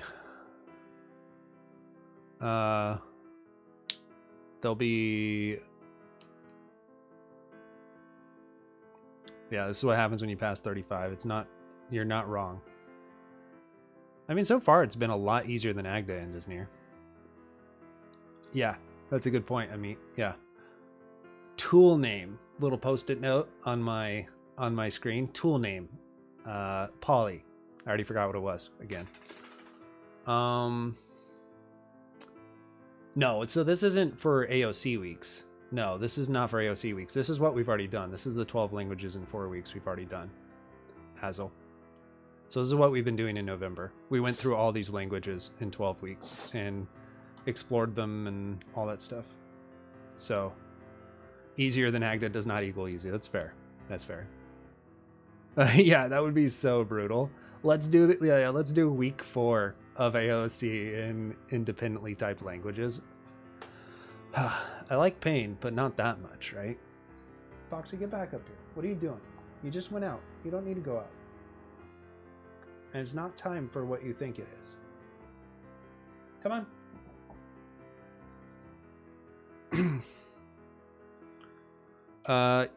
Yeah, no, they were it was the hardest that I've done so far. All of AOC and Coq. I'd rather do it in Coq than Agda. I'll at least say that. Oh god. Okay. What were we just talking about? Oh, that was it. Okay, so before I went down through several distractions here, and I mean, I think it was chat questions, so all good. God, I really am senile sometimes, aren't I? Okay, we were looking at this, and I thought, oh, maybe a mutual block would help me, blah, blah, blah. It didn't. Still don't know how to define values in the REPL. Oh, well. The thing that I didn't understand in their concat example is exactly how this syntax works.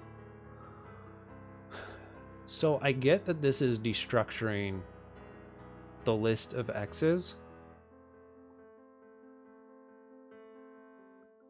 X cons x's plus plus y's. Oh, I get it now. I get it. I finally, yeah, just distractions to you. Is that all we are? No. You're the only reason I'm still here. On Twitch, that is. I mean, I don't know. I don't know if I could have kept going with 2 viewers for months and months. The lively conversation is why we're here. You just had a rejection phone call for a job. Tell me that I should try applying again in 5 to 10 years when I have more experience. Oh my God. WTF. It was an entry-level job. Ah, Badger, I'm sorry. That sucks. Yeah, I don't... Like, it was in programming, I'm guessing? Like, development? I don't even know what entry-level is anymore in development. Yeah. Okay, cool. So now I understand this. Okay, I guess I should explain what I finally figured out. So this is a recursive call to plus plus, right? And so this is just saying x cons x's plus plus y's. So here, we'll just type it out in here. And I think if we import data.vect, we could get, we'll do this. We'll not import anything.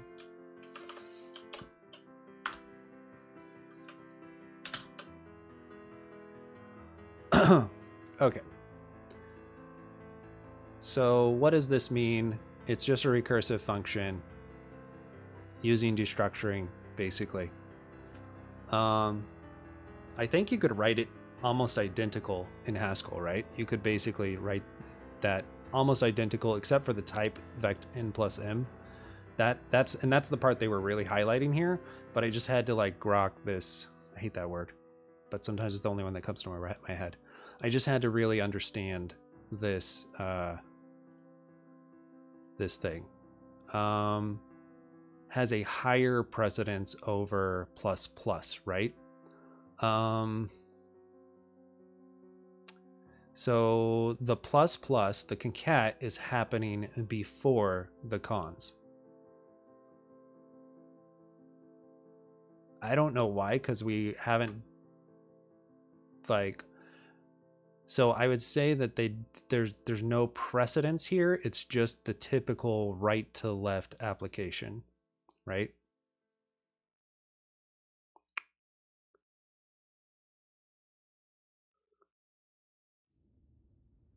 So in this case, what's happening, say we have a, well, we could actually create this real quick. We should be able to do it. We loaded it. So say we have a vect. We'll just do ints. So if we say vect 3, actually if we just do vect 0 int, let's see what happens. So vect 0 int gives us vect 0 int, very surprising. Now if we say vect 3 int, okay, that gives us vect 3 int.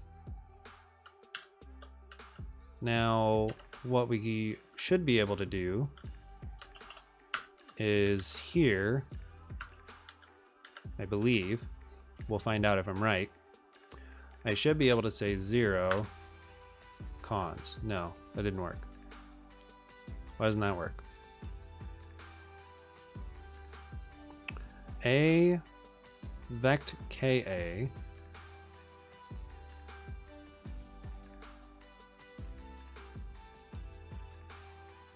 to vect ska.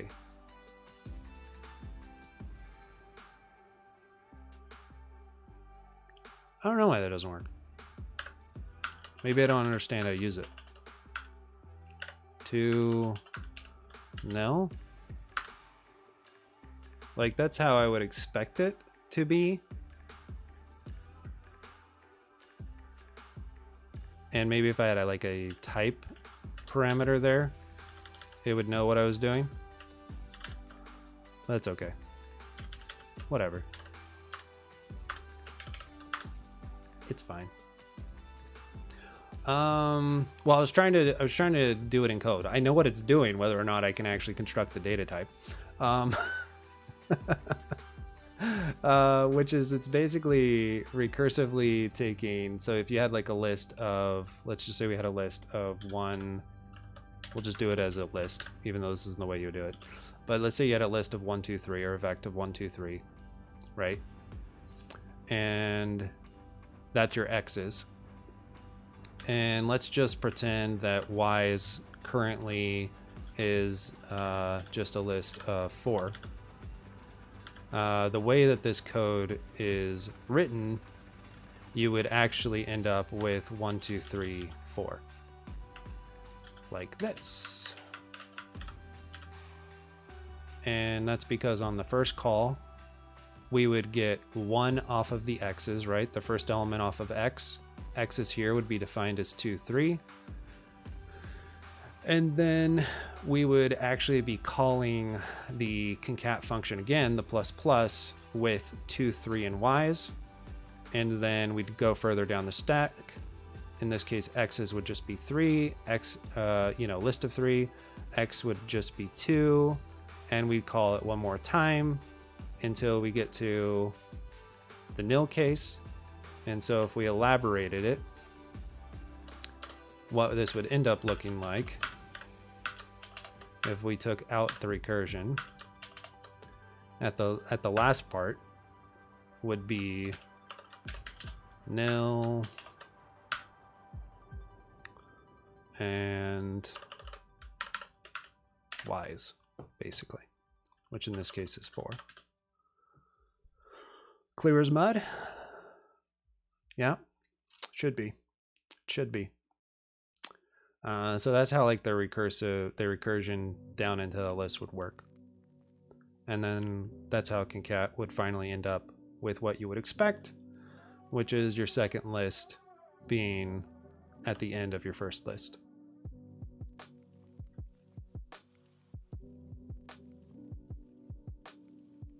It's interesting. Okay. I think we're ready to write fizzbuzz. Let's just try it. Let's just see if we can do it. Let me just make sure there's not anything else that I really need to see. What's do notation? Is it like Haskell? Mm-hmm.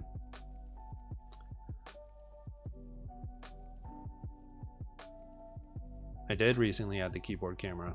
What was that? Sunday morning, maybe? Saturday morning?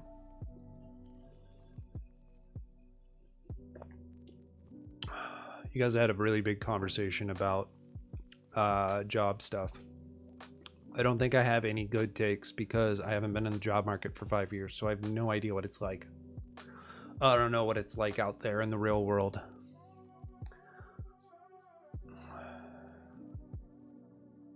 But yeah, it's not easy. Yeah, butt out, Meta. What the heck?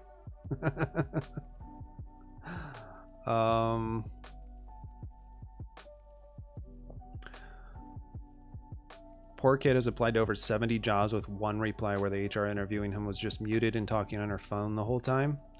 It's so crappy. It's really crappy.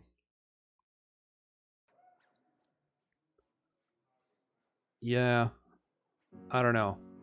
Like, years of experience, yeah, it means something, but it doesn't mean that much. I know plenty of people with lots of years of experience that are total shit at their jobs. I'm sure they have intrinsic value somewhere, but it's not in development.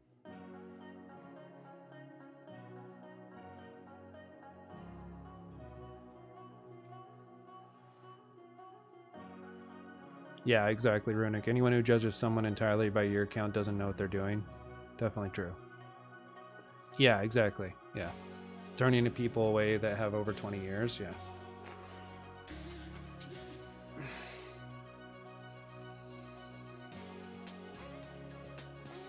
Yeah, it's because HR doesn't know anything. That's the only thing that they can do, right? Literally the only thing that they can do. Oh, well, that's why we need 5 years of React experience, because we need somebody really good at React. So it's 2010. I need 5 years of React experience. And it's just like, God, you are so dumb. Yeah, it's very true.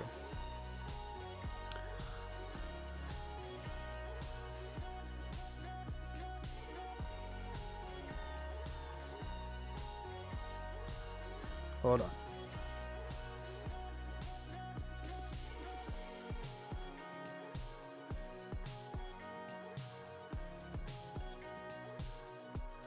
It's not time yet, pup.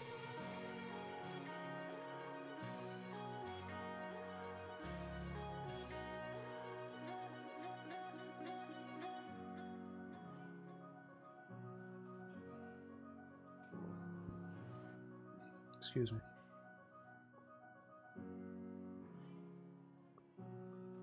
Okay, let's see here. What were we looking at? We were looking at do syntax. We're probably not going to use that. That doesn't matter.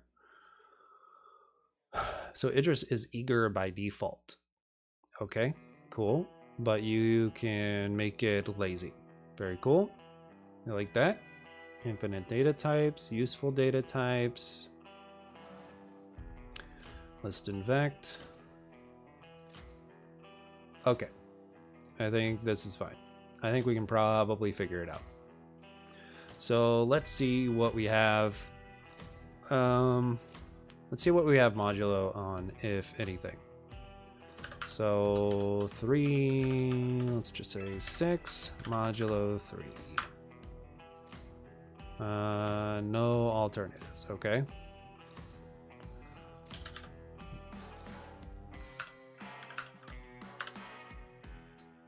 Mod 5.3, that looks better. Mod 6.3, okay. We know what modulo is. So let's do snippets fizzbuzz.iter. We're gonna say module fizzbuzz, and then we're gonna say fizzbuzz takes well,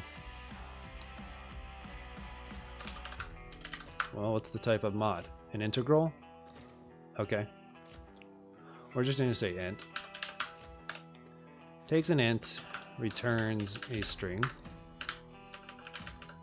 Fizzbuzz. So this is where it makes me think.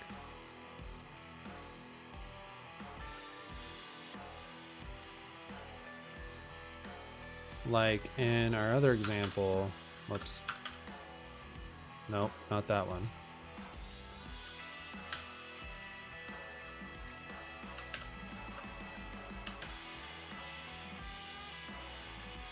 Yeah, I don't need history. It's fine. What happened to my other buffer? It's right there. Okay. I don't know why that did that, but that's fine. Still takes that. Is singleton X makes single true? Sure. I mean, I guess in some ways, I wish I could do some sort of pattern match on here that would make this more interesting, but I don't know if I can.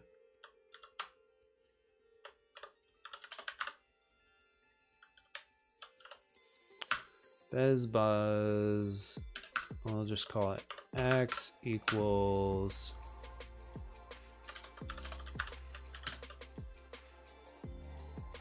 I forgot how to do this. What was the holes thing? How do you do the holes?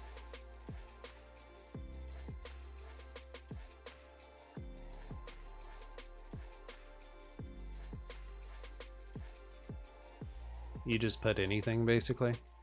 Okay. Like this, and that works? Yeah, cool.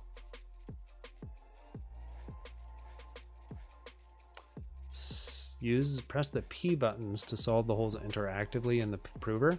Okay, that's cool. Let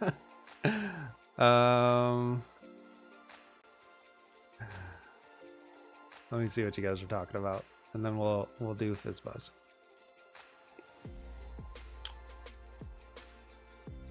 Yeah, definitely. Writing login forms for 20 years. Many such cases. Yep, for sure. 2023? What? I thought it was 1994. Hence why I believe they should just be replaced by a tiny algorithm to parse CVs coming in. Yeah. It's insane how you have to write your CV for the algorithm.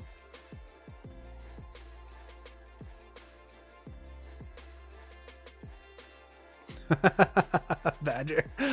I know gainfully employed people who won't do AOC because they don't know how to create a basic project from scratch. Ouch. Savage. And based. I've seen job posting where they want 5 years of experience in a language, but it came 1 or 2 years back. Yep, many such cases.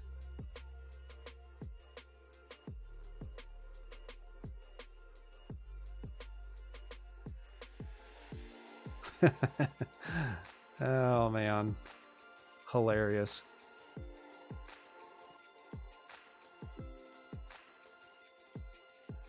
Oh, that's right. Haskell does equals undefined is kind of like their way of doing that. But then it seems like they do have an interactive prover, kind of like Agda, so that's cool. Okay, so let's say we have an int. And let's see, do we have pattern, like a match statement? We might not. Let's see, Control C, Control Z, T match. Nope, no match. T case if do, application or operator expression. Okay, match isn't a thing. Okay, but case is. And I'm guessing it's just case of, like Haskell. I think they went over that. I just already forgot. Yeah. Case is LT of yes, no. Okay, cool. So I think we can write case X. We'll just say case X of, and we will say purplish redeeming first at this point. Hilarious. Yeah, as all, thanks. See you, dude. Yeah. So we're gonna say mod 5. No, mod x3 equals 0. Let's see if this works in the REPL first. Mod 6 3 equals 0. Why did I put all of that there? True. How about that? So mod x3 equals 0. Then we're going to do fizz. Mod x5 equals 0. We're going to do buzz. And otherwise, we're going to do show.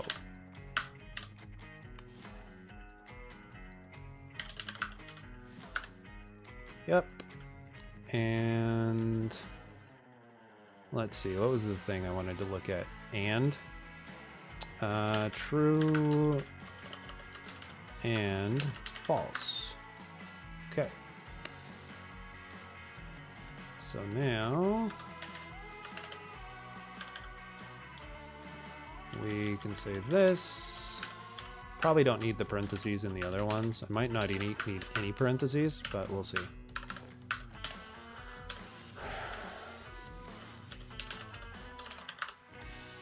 Okay, let's load that and see what's wrong. Mismatch between int and bool.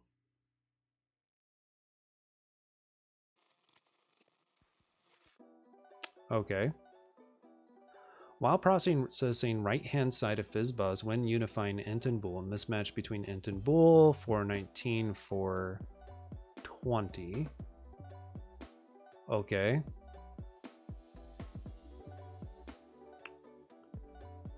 Can you only use case with bool expressions? No, that's not right, because this has this. Huh.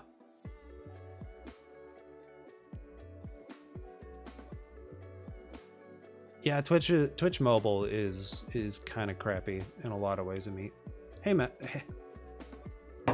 Hey, Purplish. I almost said, hey, Meta. Hey, Meta. Oh, shit. I have problems. Okay, somebody redeem Doggo Time. We're not going to say who that was. Okay. Let's see if he's up for playing. He's a little bit more alert right now.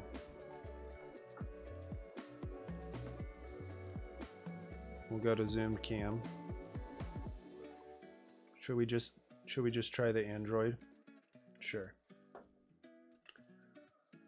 We'll try the Android. It's muted. Okay, good. We'll see how this works out.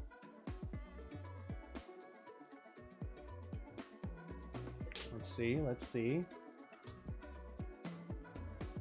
Okay.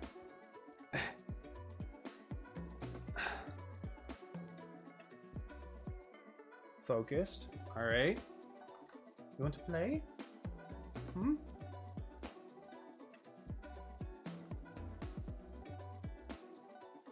Oh, dog stretch. Okay.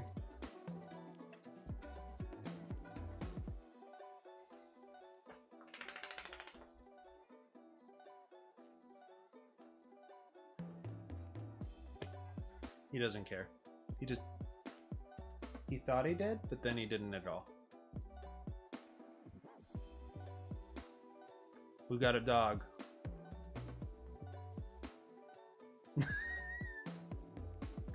No, I don't. Don't ever say that. They would have to pay me a hell of a lot of money to work there. You don't want to play? You don't care about it?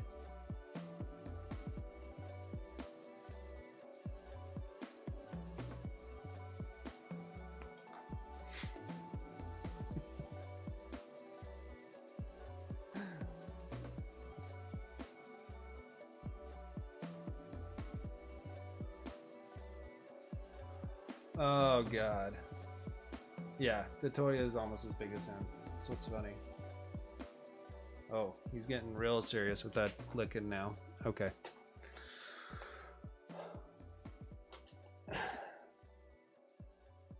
Oh my gosh. Wow. It's really impressive. Gosh, you're so huge and strong. I just don't even know how you can do that. It's really impressive. Oh, oh, oh, oh. Oh, you beat me. Ridiculous.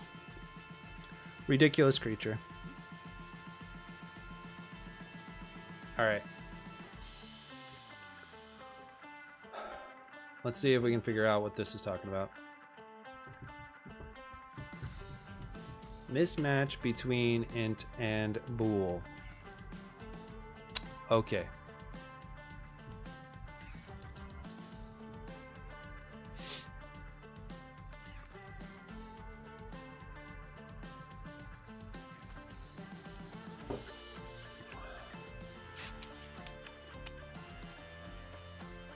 Case X of...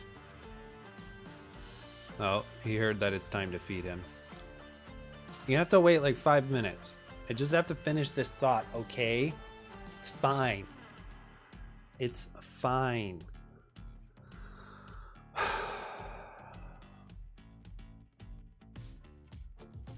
Why doesn't this work? I don't get it. Can I go to docs for case?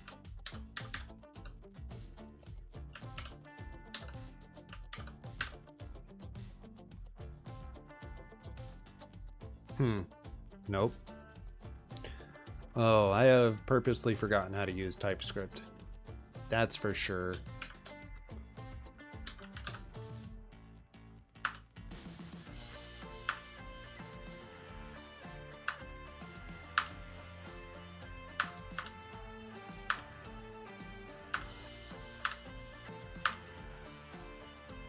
Case filter p x's of. You're matching X, but you're using unrelated expressions. Oh, so basically this won't work in a case is what you're saying. I would have to do like an if. Okay. Let's just make this work in an if then else, and then we can make it better.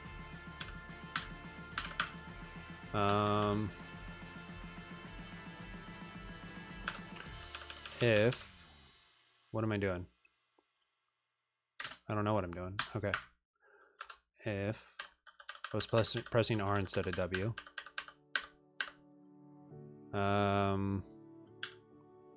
Actually, we'll just replace all of those.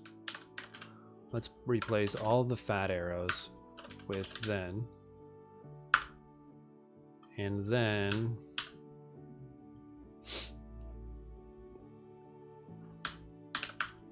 just have to write if a few more times and write else a few times.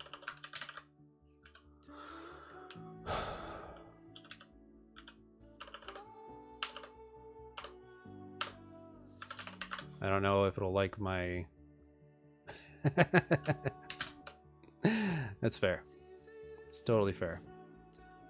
Okay. It's fine with that.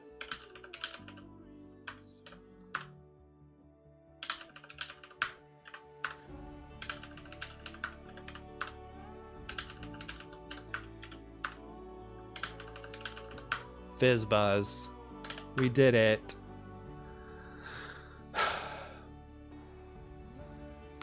This looks exactly like what we did in SML.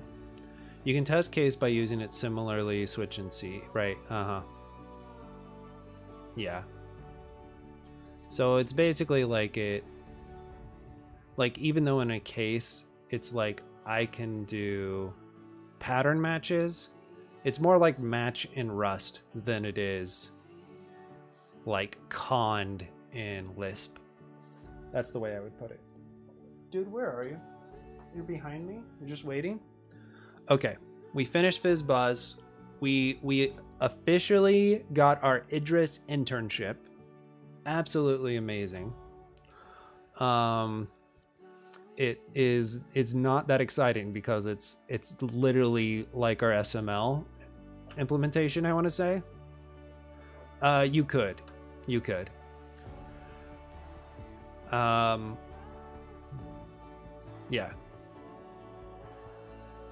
Let's see. We're getting there, buddy. We're getting there, okay? I am going to, but you just have to wait a few more minutes. It's not a big deal. Why did I effing exit my MTOL? MTOL.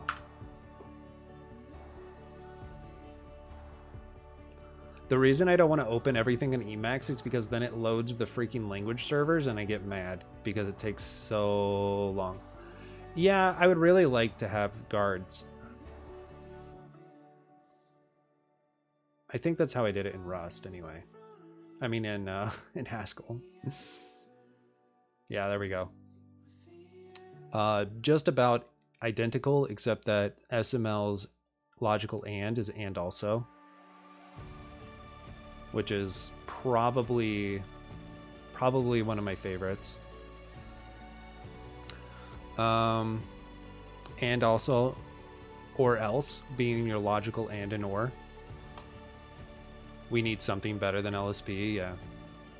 I just wish, I mean, I could do it where I didn't load the LSP like automatically, and I might actually change it to that. I didn't really think of it that way because it is really annoying to load one file when you're just like, oh, let me show you this thing real quick, and then it loads an LSP and it takes all this memory and everything. It's really annoying. All right. I need to feed the dog. I think we might be close to done for today. Yeah.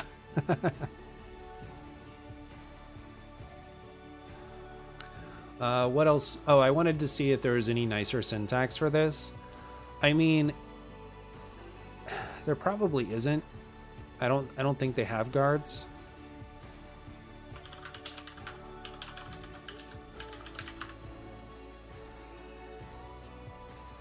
Yeah, they don't have pattern guards. There is a with clause, which is syntactically similar, but more powerful as it supports matching in presence of dependent types. Yep. Okay. Oh, okay. I could see this. So we could write it with. I mean, that's very similar though. So it contains 10 x, y, x's with x, y.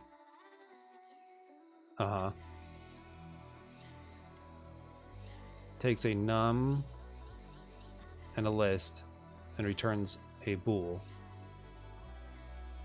X, y, x's. This is very... Contains 10, num a, list a.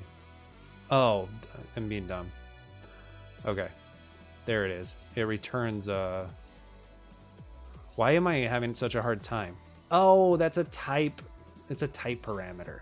Oh my god, I'm so dumb. It's saying a has to be a num, so it takes a list of nums and returns a bool. Yeah, okay. It was a generic type parameter. Like, we could probably do this with num a instead of int. Maybe that would be nicer. I don't know. It doesn't really matter. But that's not bad. We could change that syntax. Yeah, let me just feed the dog, take him out, and then we'll change it to with syntax and see if we can get it to work and if we like it any better. It'll just be like 5 minutes. Drew, lost in the kernel. I missed your follow somehow. I don't know what I was doing. Probably playing with the dog. Thanks for the follow. I appreciate you hanging out. We'll do a little bit more Idris when I get back, probably 15-20 minutes. And then we'll pick up Idris tomorrow and see what else we can do with it. Hopefully show some dependent type goodness, since I can actually understand dependent types in this system more than I could in Agda and Coq. All right. BRB.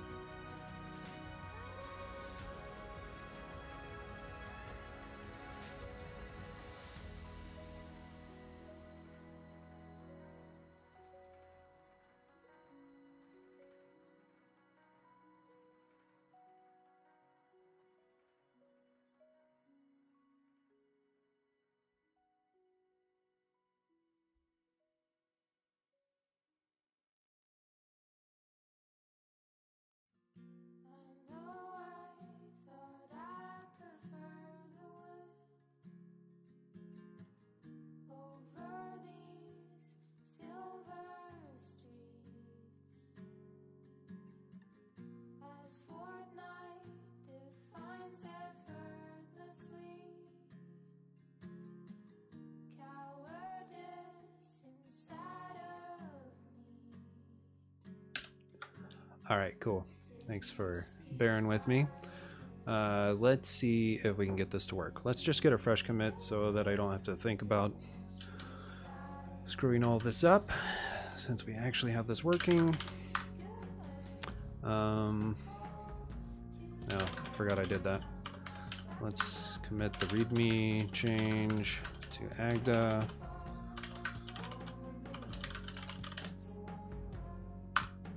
And then let's look at our tree and see what we need to take out. Looks like it's just build, which I think I already did, right? So if I say get cm Idris, getting started, and fizzbuzz v1, looks good. Push that up. Cool. So let's see if we can do this with width. So if I understand the syntax correctly, we would do something like this. We'd still say fizzbuzz x width, and we could probably just make a tuple, which is probably what I'm going to do. And we'll say mod x3, and we'll say comma mod x5. Guessing I can do that. Let's see if tuple syntax works. This is going better, Nunez. It does. This is a lot more like Haskell, so I feel a lot more comfortable with it. Okay. So we define our little tuple here. I don't know if I need those parentheses. Let's see. Mod 5.3, comma, mod 5.5. I don't. Okay, cool. That makes sense to me. That I would not. Okay. And then we can do a guard where we say 0, comma 0 is, oh no, it's just equals fizzbuzz 0, comma anything else equals fizz 0, comma nope, anything 0 equals buzz, and this equals show x. Okay.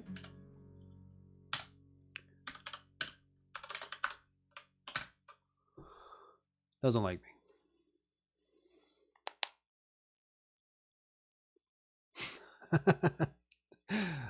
It's a good question. I can answer that in a second. Let's see. Is this like not, did they just lie to me about the syntax and it's completely not how this works? Contains 10 x, y, x's with x plus y. Section 7, views and the width rule. Okay, let's look at views and the width rule in the Idris tutorial.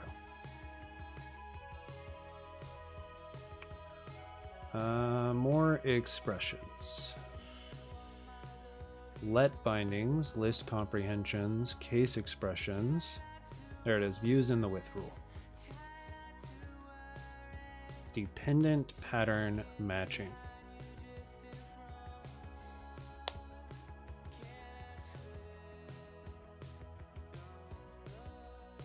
Matching intermediate values. Okay.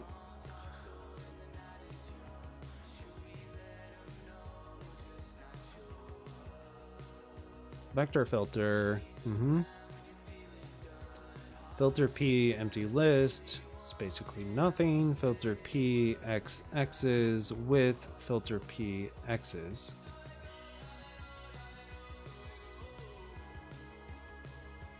Okay. Filter P x x's I don't know if I understand that. Here, the with clause allows us to deconstruct the result of filter PX's. Oh, right. So the result of filter PX's. Sure.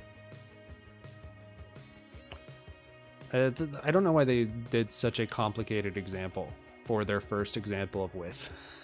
But yeah, Nunez, Haskell is a multi-purpose language. You could write web applications with it. You could write executables with it, CLI apps, basically anything. General purpose programming language. Really expressive type system, great type inference, really powerful type classes, very similar to Rust traits. So all that kind of stuff. This is Idris 2. And this is idris2.readthedocs.io, which may or may not be actually implemented in Idris 2 yet. And that could be our problem.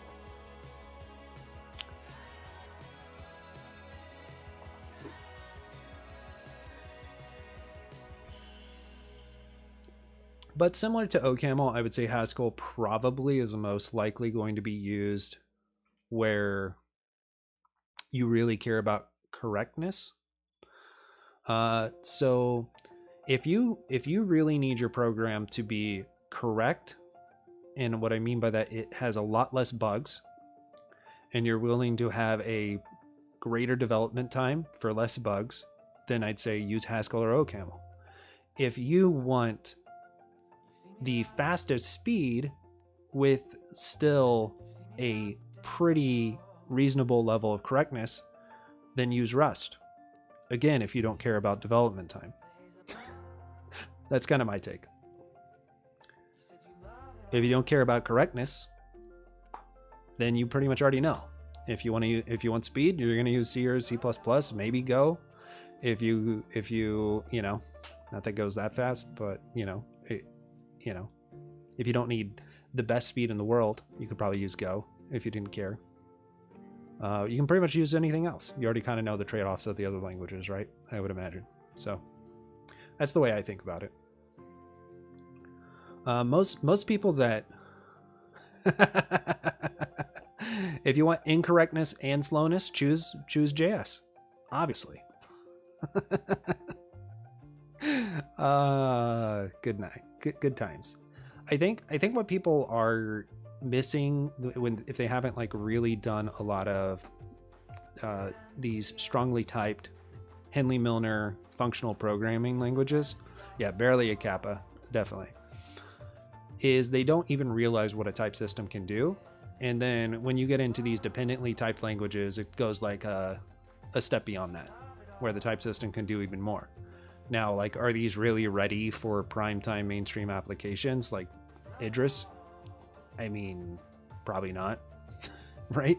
I mean, I'm sure somebody's doing it, but Haskell and OCaml, absolutely. There's dozens of companies using those in production. So that's kind of the way I think about it.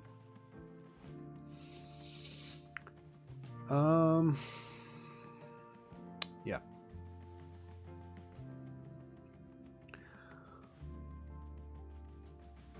Okay, let's see if they give us a better with clause than that, because that one sucked. Foo nm with n+1, foo m2 with m+1. Okay.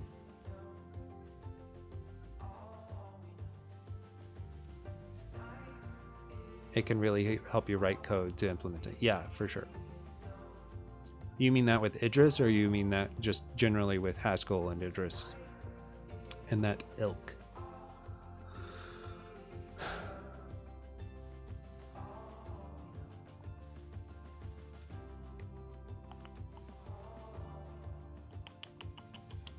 Yeah, type-driven development, yeah.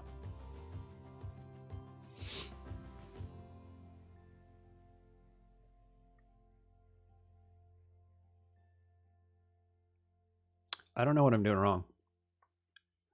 TBH.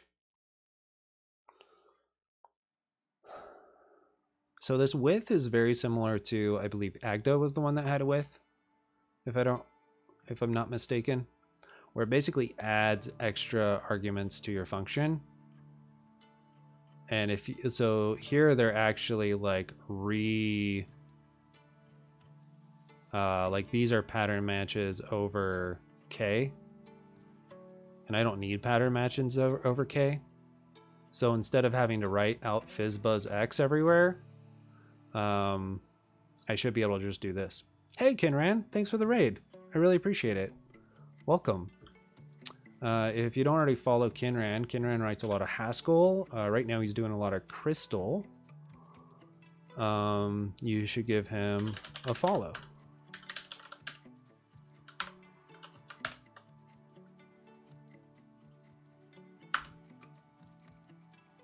I think I did that right.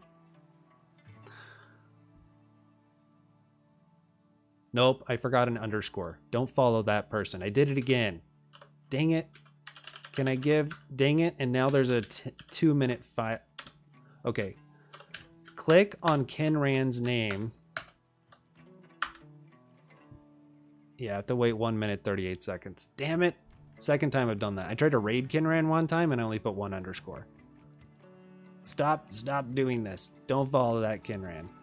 Yeah. Click Kinran's username and click follow. I'll give him a shout out once my freaking cooldown goes down. I know. Unbelievable. Hopefully that other Kinran isn't an e-girl. I mean, it just depends on your goals, Indisneer. Some people are hoping that they are an e-girl. So, you know, just saying. All right. Yeah, I know, Badger. I know. Unbelievable. I can't even freaking do a shout out right.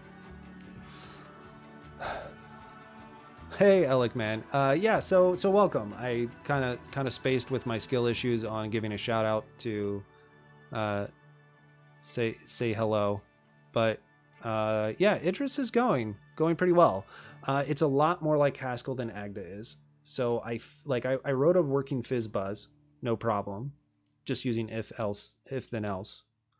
And then I was trying to see if I could make this with syntax work, but it hates me for some reason.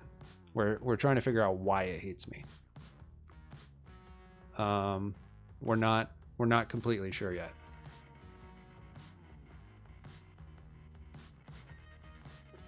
I wonder if I can't do pattern matching on the... Maybe I can't do pattern matching on the actual argument that I used with. All right, Badger. I'll see if anybody takes you up on that one. But yeah, for those of you joining that don't know, I'm Meta, MetaMe, either one of those. My first name's Michael. I'll just say it. Sometimes I just say, you know, whatever. Most people just call me Meta. It makes it easier.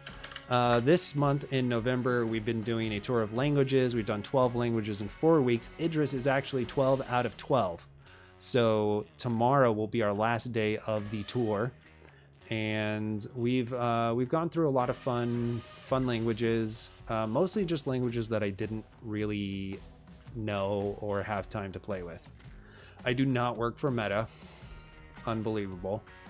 I'm very mad. I had this handle before they stole it from me by naming their huge corporate conglomerate. But these are the 12 languages that we did. I'll let you read that while I take a drink.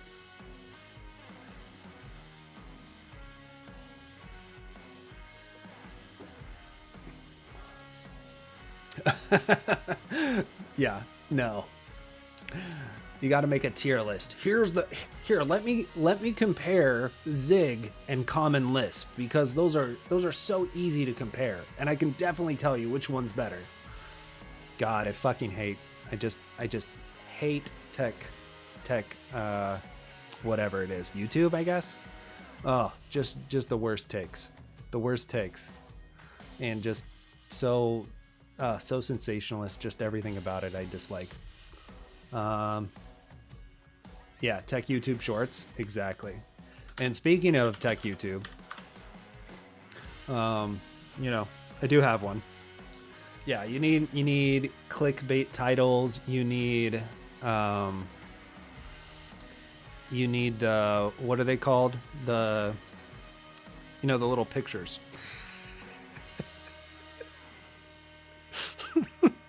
The thumbnails. You need thumbnails. The little pictures. Unbelievable. Yeah, thumbnails. Oh god, dang it, Dylan, I really do sound senile. Dang it.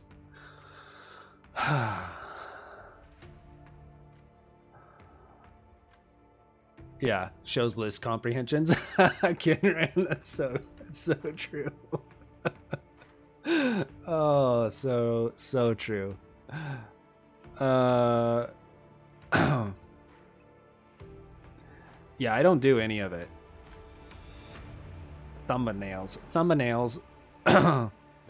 I don't do any of it. I literally just upload raw VODs. Wow, that doesn't sound good. I upload just the raw VODs from Twitch onto YouTube, and I just let it go. And some people love it. There's a few of them out there. Dozens of people love it. 180 people so far are just all about it.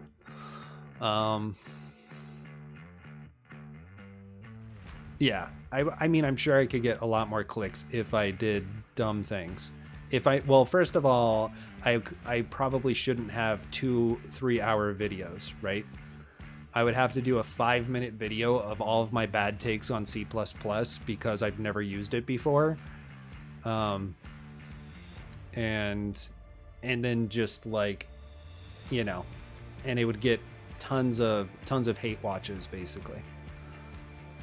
But anyway, yeah, good times. Okay, so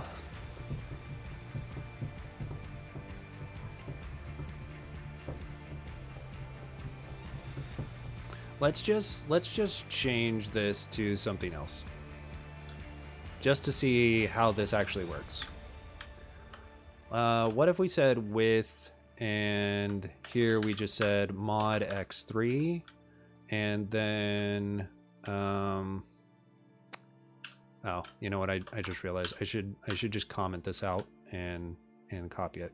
Let's see, yank4g there, and we're gonna go here and do a little bit of that, and good.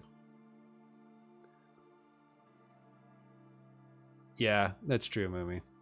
Kinran said, I always wonder what a little smarter shorts could do, but that idea can't be new. Probably tons of people are trying this and dumb just wins out. Yeah, that's true, Kinran. There was one guy that does shorts that I enjoy watching, but they're just humorous shorts, and some of them are a few minutes long, but yeah, I mean, people being terrible at something probably does do the best, and that's probably why my C++ video is my most watched video, and it's probably my most clickbaity title, just to like totally be in this thing, is the clickbait title is Rust Dev. I put it in quotes, but Rust Dev tries C++, and I put Rust Dev in quotes because, it's not like I'm really a Rust Dev. I just did like 4 months of Rust and did a bunch of data structures in it. It was my most clickbaity title for sure. And it got like a fair amount of views. Like, I don't know, it's close to 2,000, I think, at this point. And anyway, yeah, people, it still got like a 75-80% like ratio. Only a quarter of people disliked that video. But yeah, there were some interesting comments on that one. But not a lot. I mean, it's mostly been fine. But to me, it's just a meme. It's just like anything else. It's like everything I post on Twitter is a meme. Please don't take anything I say on Twitter seriously. I mean, I think you guys know that you know, don't take most things I say seriously, right? But yeah, my VTuber arc, yeah, for sure.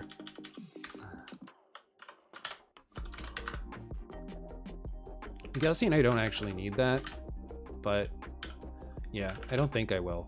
We'll just do this.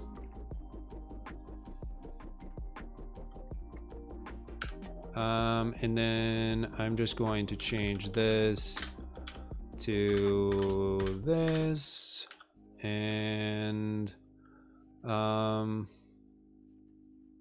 let's just get rid of these cases for now, because we're just trying to see how this with syntax works. Doesn't like it. It needs the parentheses, right? Oh, you know what I just realized? I think I might know what the problem is. Let's see. No, this still hates it. Expected. Wait, did I do something wrong? Let's go back to this. With x plus y 10 equals true. Okay. Fizzbuzz x with mod x3 0 equals fizzbuzz. I think maybe they haven't done with in Idris 2. I'm kind of thinking that might be true. Pure hate watching? Yeah, for sure. Yeah, I mean, I figure that's the reason most of you people are here.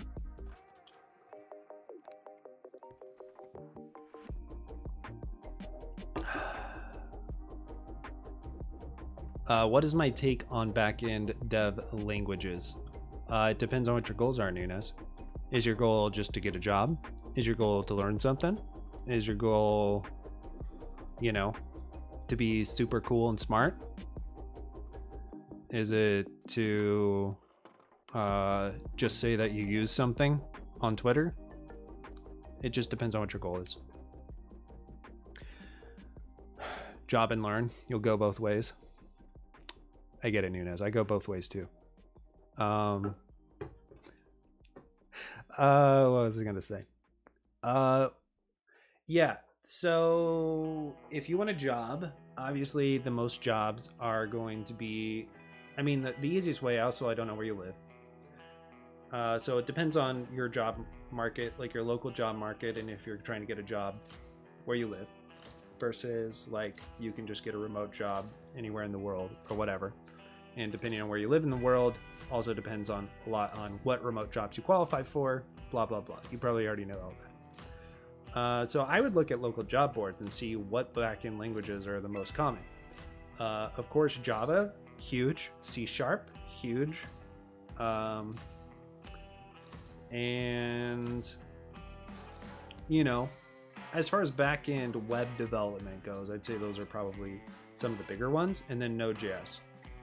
Right, so JavaScript, TypeScript. So if you want a job, like if you don't have a job and you need a job, that's probably your fastest path to a job, is one of those. Yeah, I mean, ideally you don't have to use Node.js, but if you really need a job and that's what the jobs are in, then you probably should just go learn it if you don't already know it and just get a job in it. I'm not saying it's a good plan. I'm just saying do it if you need the job. My take on backend languages past that is partly a matter of preference.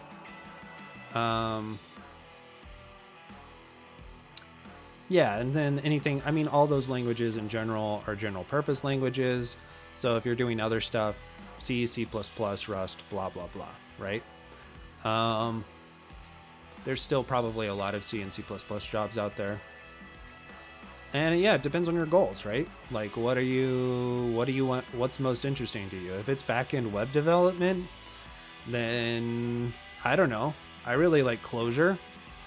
I write that. I've written that every day. Well, almost every day, you know, for 5 years. Clojure's nice. It's a lot different. It will teach you a lot of things, make you think about programs in a way that you wouldn't normally, because it's a Lisp. and it's on the JVM. There's a small job market for Clojure, but it does exist. You could try Rust, might be a little bit harder to get into, a lot harder to learn, pretty small job market. But, you know, like, I mean, myself, where I'm at in my career, probably my next job, I would put together the job markets of oh yeah, I forgot. You're really into Go, aren't you, PM? Oh yeah, Go has a lot of jobs too. Go has more jobs than Rust right now, I'd say, right? So I don't know. It's a really hard question to answer because there's so many ways of going about it. I'm a lot less dogmatic about it than I used to be.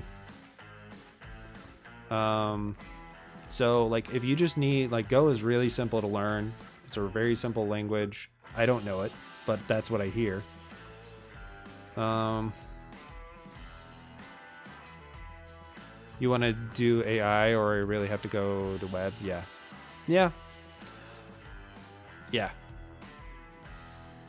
Oh yeah, I get it. Okay, you're saying you don't really, you just like it in general. Yeah, then I think, yeah, I get what you're saying now.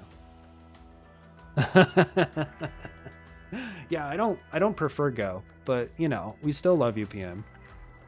It's all right. I don't prefer what I've seen of Go, but that's okay. You're still welcome here. But the job market for Go is bigger than Rust. But yeah, if you don't have like specific goals, then nobody, only losers write Elixir, right, Indisneer?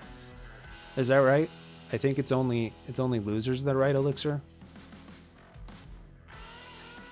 No?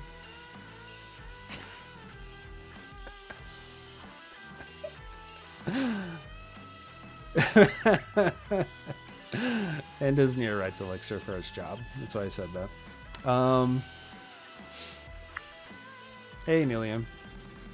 Elixir is a hard language to learn? Oh, that's kind of surprising to me. I kind of felt like it was pretty simple, but I mean, I haven't actually learned it, but just from what I've seen of it. But I mean, it's very different than other languages for sure. I mean, because of the functional things. But, you know, I don't know where your background is, but yeah. I found Clojure to be a very easy language to learn.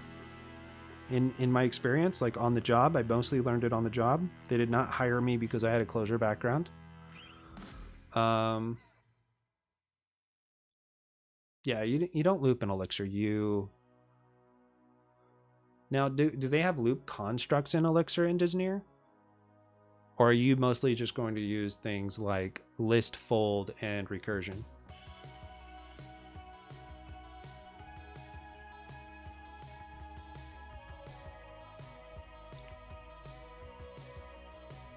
Yeah, that's a good plan, Badger.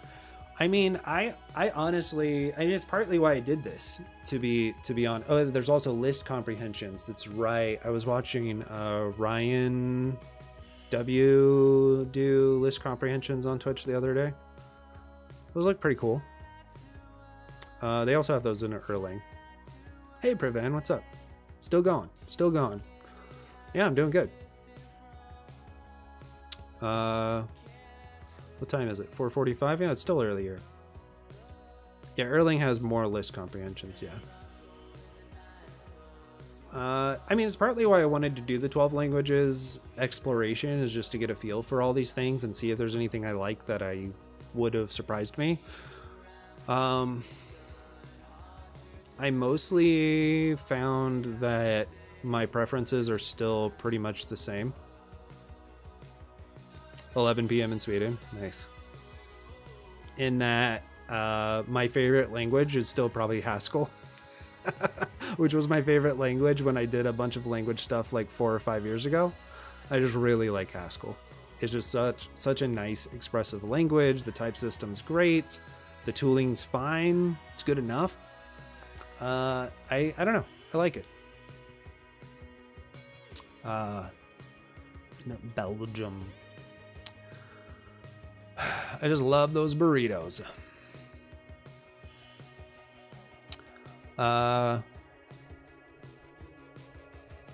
But I've enjoyed a lot of the different languages, and I really like Lisp. So, I mean, I definitely, general use case, I recommend Clojure. Here's what I will say. If you need a job right away, do what we already talked about, right?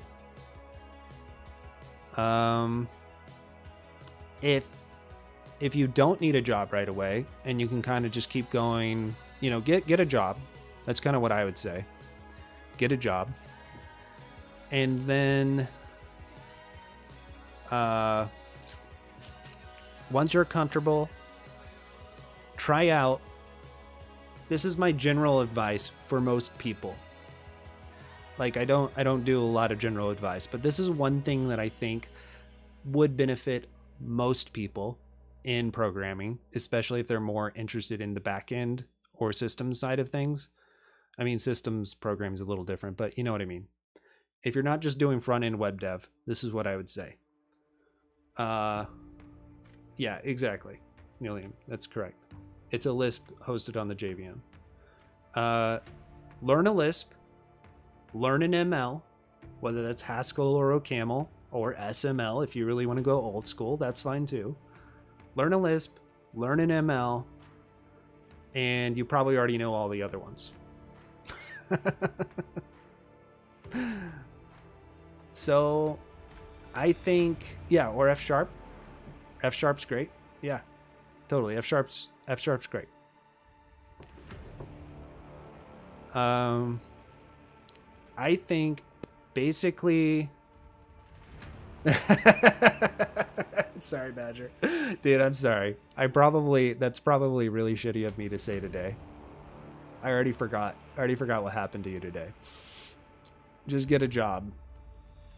It's easy. What's your problem? Why don't you have a job already?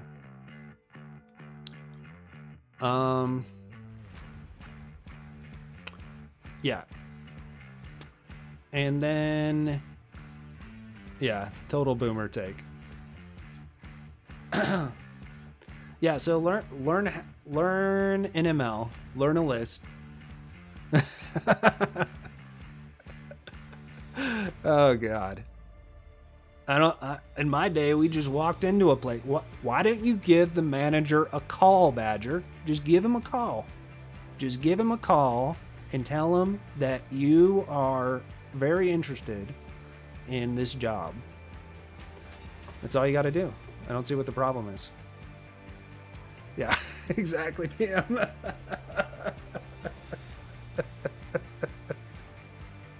Oh God. I just can't even believe some of the things. Those boomers. Those boomers. If you mention thank you letters.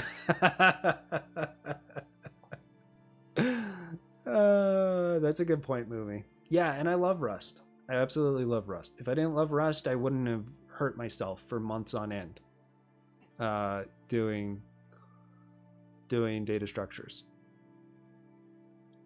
Realistically, it was like 2 months, but it was still pain. I think Rust is great.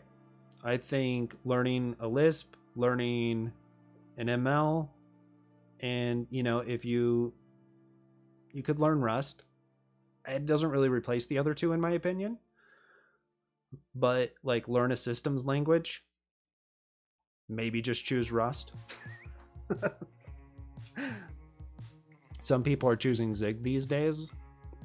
That's fine, whatever. I don't know.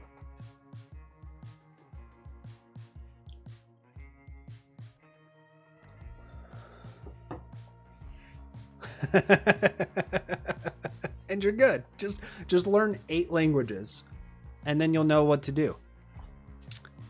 In my day, we learned those 8 languages in grade school, okay? I don't see what your problem is. Oh, Jesus. Okay. So, why do you hate me? Why do you hate me, Idris? Okay, let's just take this, which is clearly valid Idris code. And let's just do this. Hold on, I almost messed up.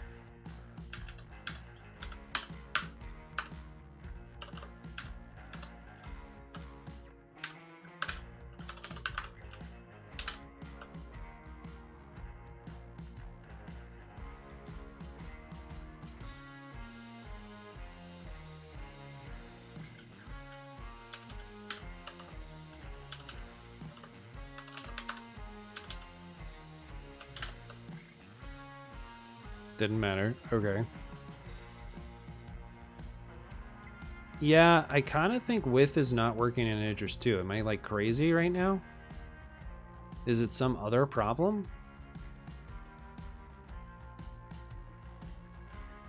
Expected case if do application or operator expression.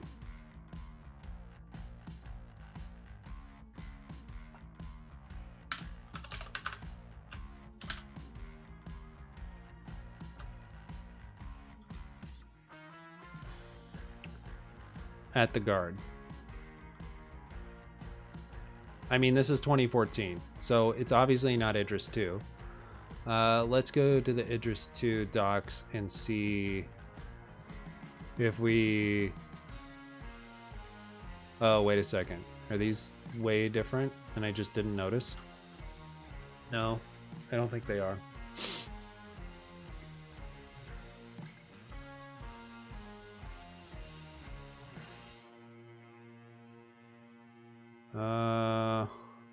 Okay. Defining parity. No. Why don't you just have a freaking simple explanation? Okay. What if we say this?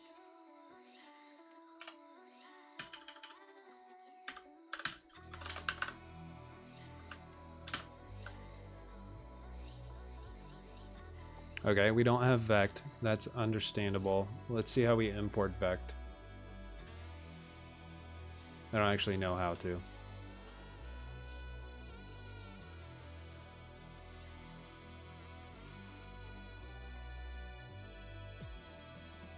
Import btree. Okay. Guessing we can import, I think they said it was in data.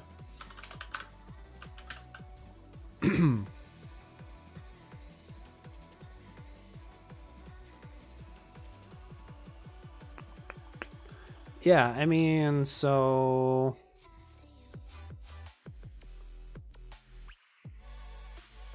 Okay. Can I do like a using? How does import work?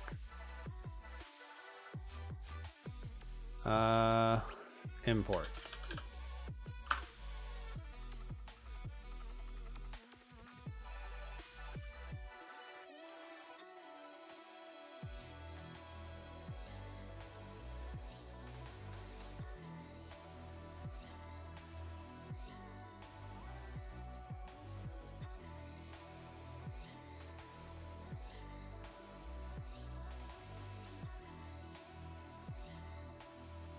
I don't see a way of doing explicit imports.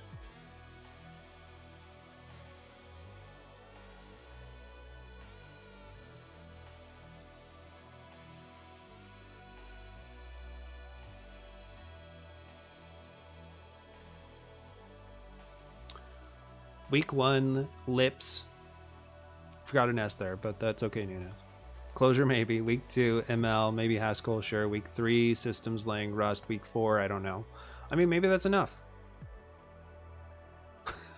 Back in my day, all we had was C and assembly, and we liked it.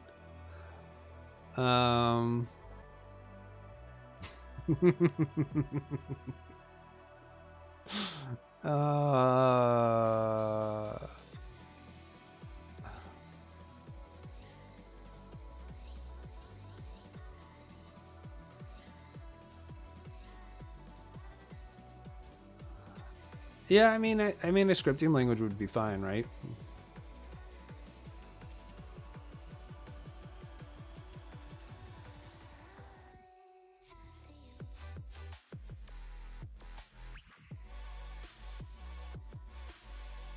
Yeah. Yeah, for sure. I think those are good takes. Yeah, a week in Haskell, I don't know how much you get to, but you could try. I mean, the thing is, it's not like it would be bad. Spend a week in Haskell, and then when you're ready, come back to it for another week, or 2 weeks, or 3 weeks, or a month. But find the things that really interest you, and what really works with the way that you think about programs, what is making you think and making you learn, all those kinds of things. I think that's what's important. If you're not interested in something, you're not going to do it. So you got to follow that interest and curiosity. You know, that's what I would say if you don't have any specific goals. You just got to follow that curiosity.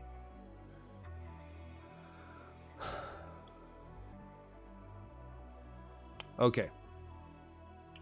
So explicit namespaces inside functions. Okay. Sure. I don't care about explicit namespaces. Import data.list as L. So this says it's ambiguous. Elaboration. Possible results are fizzbuzz.filter or data.vect.filter. And we want fizzbuzz.filter. So I guess we will just say fizzbuzz.filter. And see if we can load this. So this works. Filter P X X's with fizzbuzz.filter P X's.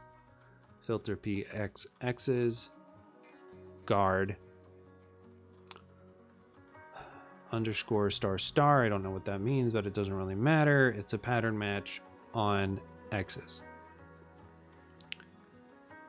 If X, if PX, then else that. Okay.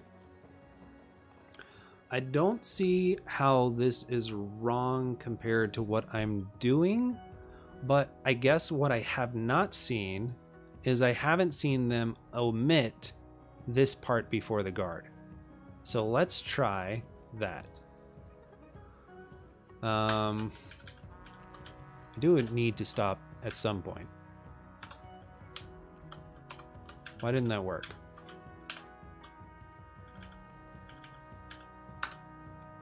Okay.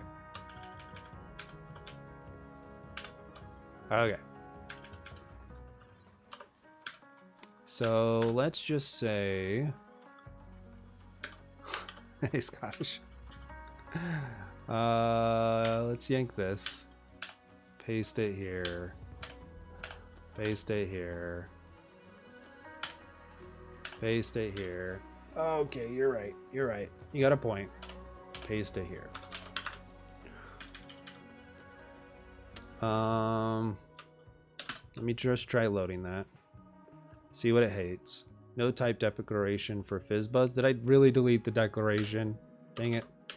Fizzbuzz. Thankfully, it's very easy.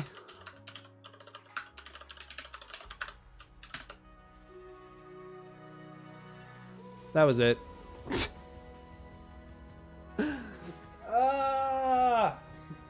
So annoying. Okay. So the only problem was that they had not done the implicit implementation in Idris 2, or maybe they changed it from Idris 1 where they're not doing that anymore. I don't know. But what was I gonna do? Oh yeah, X space space with X space. Yeah, okay. Let's see. Expected an indented non-empty block. Okay, so actually it needed that indent. Okay, that is right. That might have been, no, that wasn't my other problem. Okay, so that's right. Okay, so within a with block, kind of like a where block, you have to, it's white space sensitive, only in those blocks. And you do have to redeclare the whole effing thing every time. At least that's what it seems like. Okay, so we loaded that. That worked. Now let's test it out.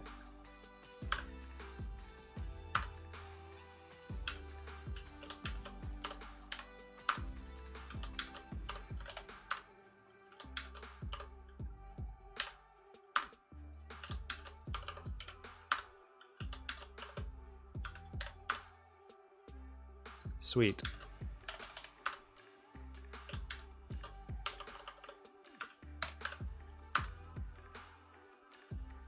Yeah, that's an error. Whoops. So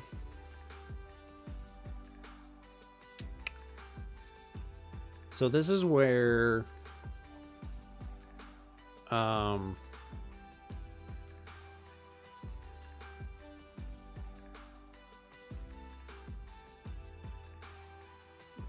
I guess I'm wondering, would this end up being a runtime error? I guess it would. Would that be a runtime error? Let's see. Mod -1. No, it wouldn't be. It just wouldn't let me have that, right? I think it would be a type error. It should be fine. We could test it out. Okay, so there's fizzbuzz. I'm a little bit happier with that. It's a little bit, we at least used a special Idris construct. We're using pattern matching, which is nice. It's not just a bunch of if-else blocks. You know, now we're a little bit closer to our Haskell fizzbuzz. And our Haskell fizzbuzz, I believe, just used guard syntax, if I remember right. So we just basically did the same thing there. Yep. Oh, right. But this used guard syntax here. Right. Never mind. It's still pretty different. Similar, but different. The Haskell syntax is nice. It's fine. But, you know, kind of nice to just pattern match on a tuple. It'd be the same, like you would do this in Rust very similarly, right? You could do fizzbuzz in Rust with a match on a mod x3, mod x5 tuple. It'd be simple.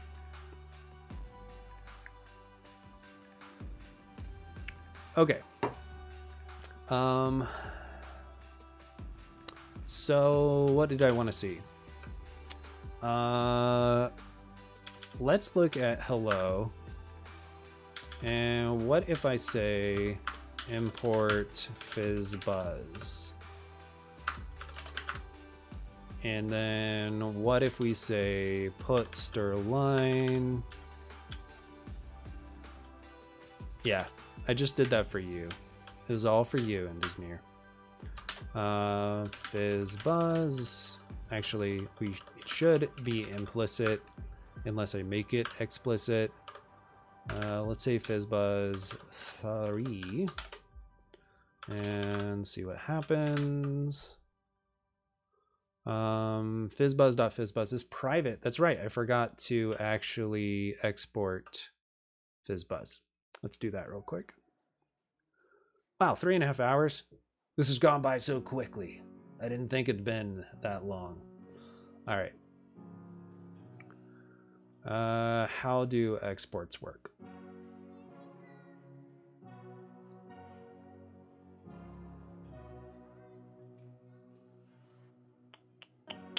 Public export. Otherwise, export. I don't know the difference. We'll just try normal export.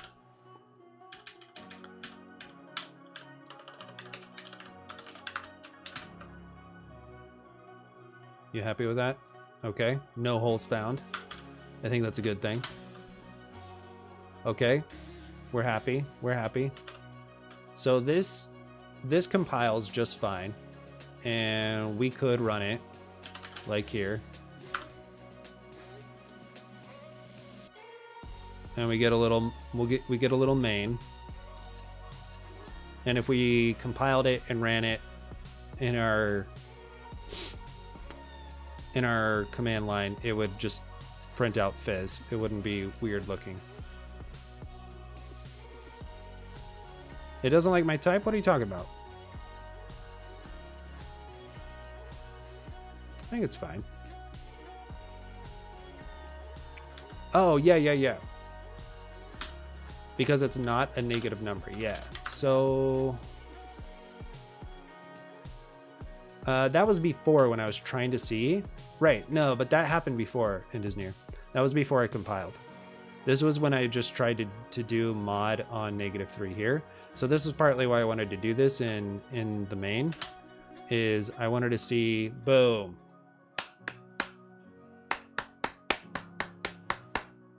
This is great.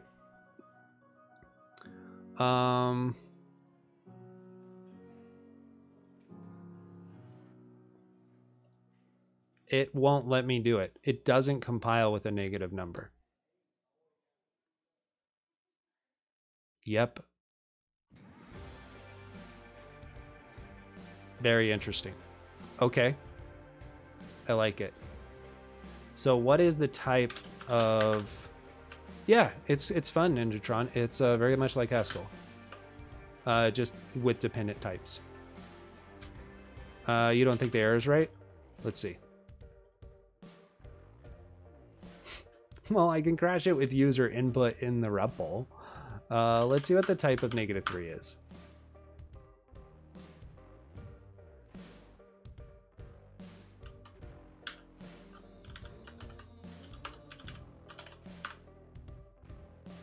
Let's try the type of 0 - 3. Okay, so that's an integer.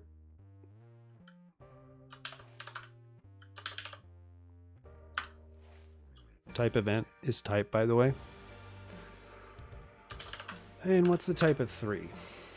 Also integer. So it's interesting that it doesn't let it compile the type of mod. Oh, that's a good point. Integral ty. But integral...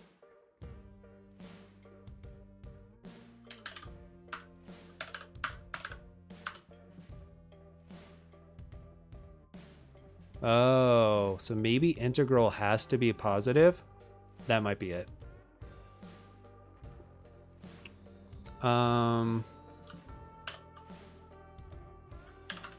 Yeah, Kenran, thanks. Have a good sleep. Yeah, no, I'm going late tonight.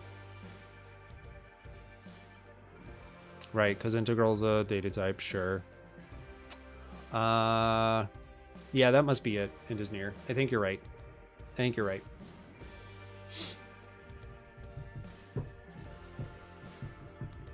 That the integral data type must, or type class must be only accepting of positives.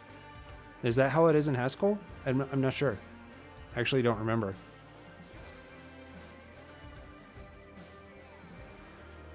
But yeah, that's pretty cool. So, you know, negative would have, like, yeah, I can't remember. We could look.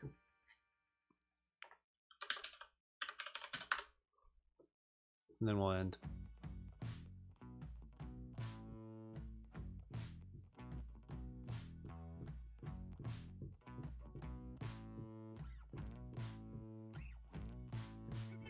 Oh, JavaScript FFI specifiers. No, let's get out of here. Quick. Quick.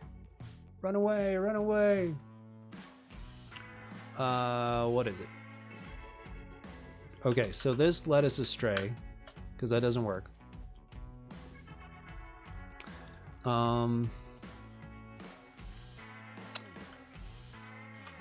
Integral type class.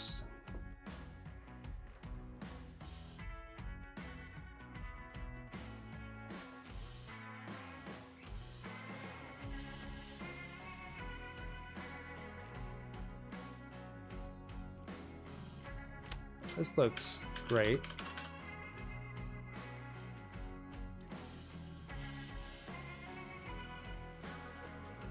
Arbitrary precision integers, fixed precision integers. Okay, yeah, no, I mean, negative should be fine.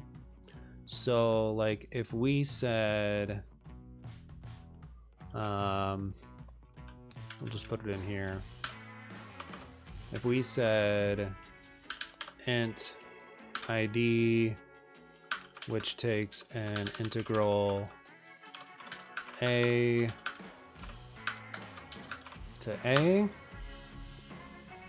and then we said int id x equals x,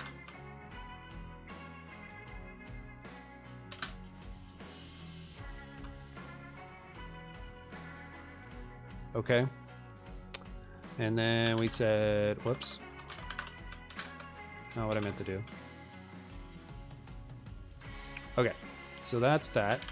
If we say int id 3, we should get this. If we say int id -3, oh, so maybe it's just the way I'm putting it in? No, because that's saying can't find implementation for neg a. Yeah, Pravan, see ya. Integrational fin in. Interesting. How do you type negatives? Am I insane here?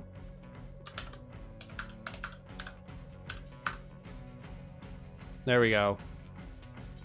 Okay, okay.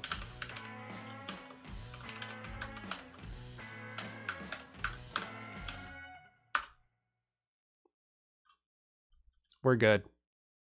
We just didn't know how to actually put in negatives.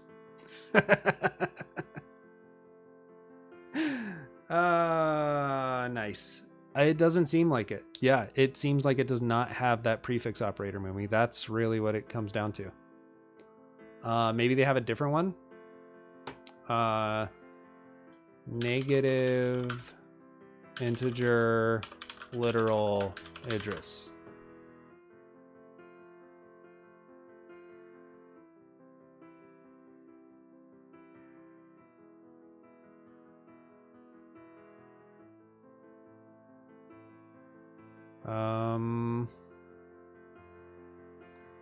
I don't know how you would find this.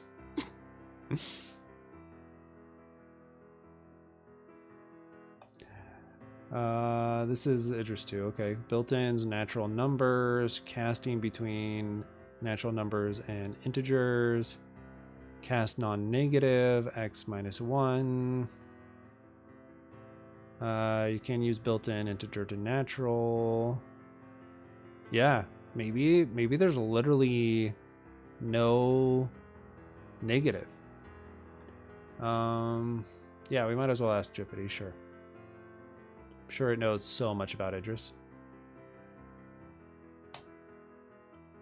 How do you write a negative number in Idris?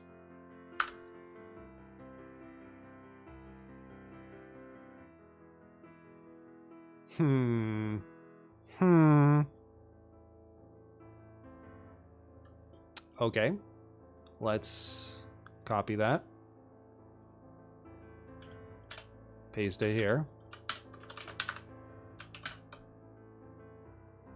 Okay, they're not wrong, but why doesn't it just work in my function type then?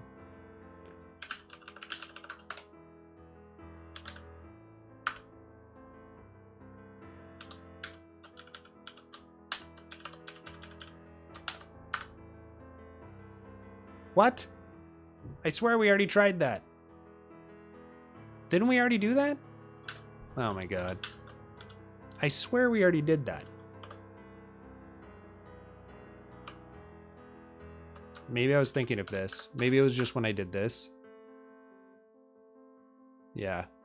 Not quite what I was expecting.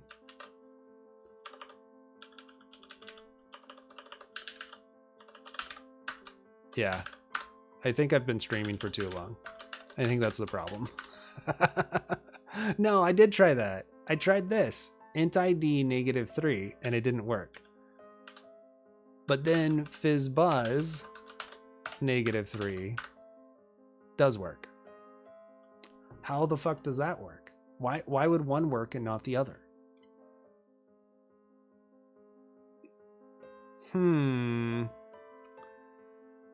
It seems like there's almost, I mean, let's be real. If I'm having a problem, it's a bug in Idris, right? We found a bug, guys. Bug in Idris, no doubt. Elik, man, if you're still around, I'm sorry. I forgot to thank you for the follow. And El Cravo. I think I missed both of those.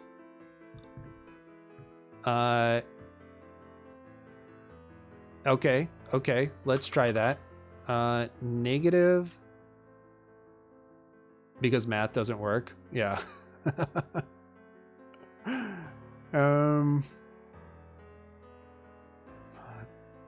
Solar flares.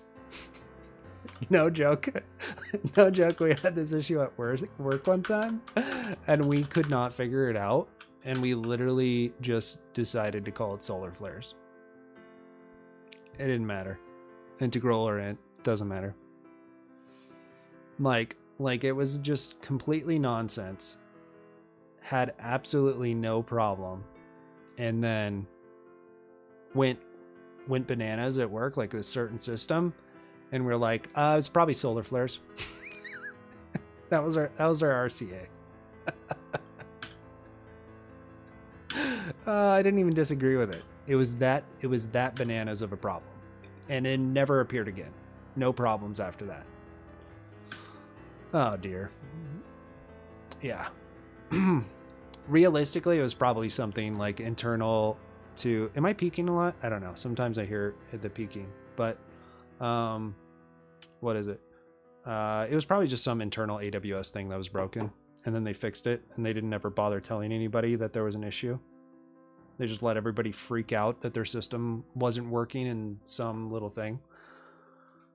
I am peeking at chat. You're right. I meant audio. COC, Coke Prawn. That's how you say your username, right? Coke Prawn. I mean, I'm surprised you missed when we went through Coke Prawn. I am very surprised about that. All right. Well, that was fun. I mean, I guess we'll just leave all that in there. It doesn't matter. It's all interesting. It will remind us of our journey of negative numbers. Okay, sweet. Thanks so much for hanging out. If you are here for the first time, I doubt you are, because I mean, why would you still be here? But this was fun. I so far can actually use Idris, so that's a plus. Yay.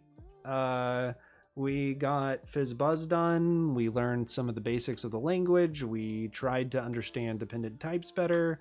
I'm hoping tomorrow we can get into some more dependent type stuff, and hopefully, I don't know, maybe find some way to explore that. Maybe I'll, if I'm not too tired tonight, I'll try to figure that out. Hey, it was Vickley Made. How's it going? What does it do better? I can actually use it, Moomy. That's what it does better.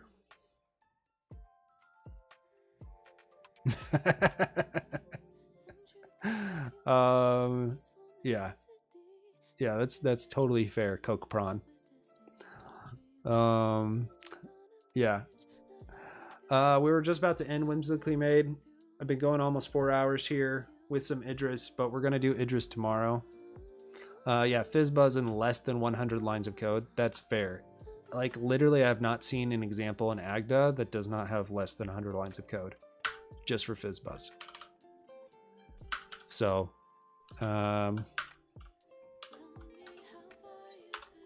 if you find one, send it my way. Yeah, that's totally how it goes, though. It's totally how it goes with MLs. Like, if you go to it, you see it, and you're just like, wow, that's really weird. No idea how I'm gonna do this. And then you go back to it, and you're like, okay, I kind of get it. And you go back to it again, and that's when you really, third time's the charm. I think that's true for learning MLs. No joke. unless you have a job that's willing to let you just like learn it on the job. But anyway, yeah, you have to prove true means true first. It's very, very fair. Agda's like, we don't want you to use Booleans. We actually want you to use decidable. Slightly less than 100. Okay, we'll look at this real quick. Yeah, that's fair, Coke Braun. Okay. So yeah, you have to find all of your hella imports and know where they are, because I could not figure out a way to use a tool to actually show me that. That was one of my problems. And then okay, we have fizz and buzz. Okay, this is so far not so bad. So is divisible by 0 equals false. Is divisible by suck k equals n. So then he's using his modulo. He's using the modulo from data.nat. I tried to do that. It did not work for me. Because this is the problem. I think this is where I got it wrong. It's this equals b thing. I could not find that shit for the life of me. Where did he even import it from? Also from data.nat. Okay, I tried to find that. I couldn't find it.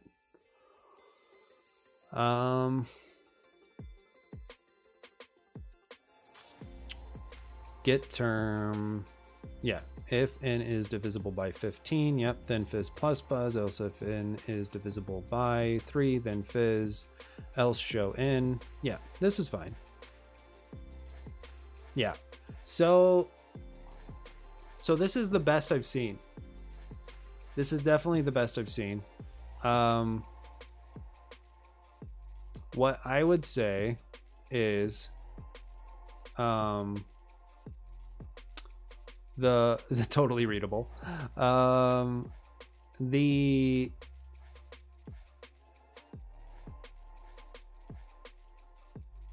Yeah, that's true, whimsically. Yeah, what I was gonna say is this is all great, but I had a really hard time with function discoverability, as in, or procedure, or whatever the fuck they call them. Like, I had a hard time actually finding the thing that I wanted to use, where in Coq I had no problem finding the thing I wanted to use. And that's why I was, yeah, just dev tooling. Absolutely, it's a dev tooling issue, because with Coq I had no problem finding the functions I needed, because they have the dev tooling around that. And same with Idris. First of all, it's pretty much just Haskell, and I could just mostly write Haskell. Their docs are better than Agda, and they have basically Hugel built into their dev tooling, right? So I can just type in a type signature and see a list of functions that have that type signature from the standard library. So if that exists for Agda, that would be amazing. I just couldn't find it. So it's kind of like, I don't know what it is for them, but like, it's like, do you just have to like know where everything is and study all these things? Because their type system's also so complex that it's even kind of hard to say. I mean, I think that is how I found modulo in the first place, is looking for a nat to bool. I don't remember anymore. I don't remember. It was frustrating. So it was really just function discoverability that I think was the hardest part. But yeah, thanks for the link. I'll add it to my Agda readme, because that's the best I've seen. Dev tooling, yeah.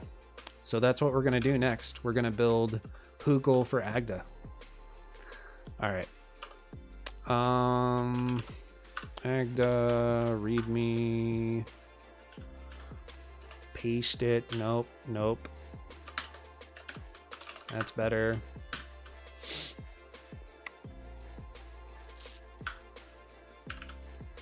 All right. There we go. Fizzbuzz. Amazing. And the tooling has to be written in Agda. Oh my God, shoot me now. Let's just add everything here. And we will do a little, nope, not that one, because that will add the other thing that I don't want. Idris, fizzbuzz mastery.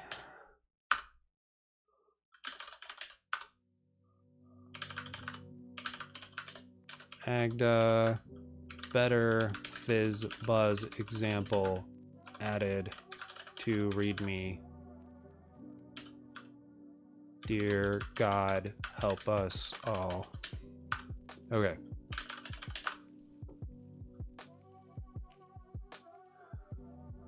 We did Idris too. Yeah, this is using Idris too. So yeah, cool. Anybody good rating? Any functional programming nerds that are streaming right now? Or we just have to deal with the typical Twitch programming scene.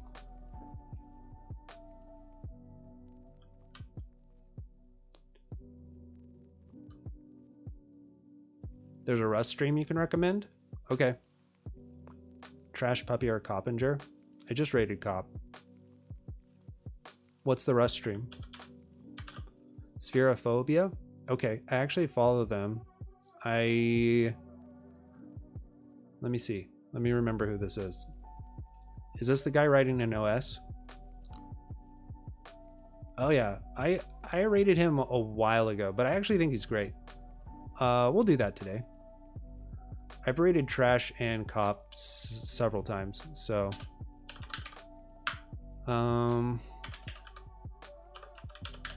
recently. Okay, I just need to copy and paste this. I'm gonna absolutely screw this thing up. Okay, there we go. No, how do I get back to the normal view? Okay. Okay, so let's raid this guy. I don't know if I can give a shout out while this is happening, but if you didn't follow Kinran, he does a bunch of Haskell stuff. So you should follow him. He's not streaming right now. He went to bed.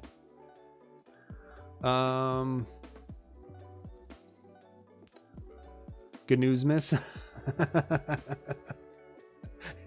It's fair and isn't here. I haven't posted it on YouTube, but it is here on Twitch. I will post it eventually. All right. Did I cancel the raid by shouting out Kinran? No. I just have to find it.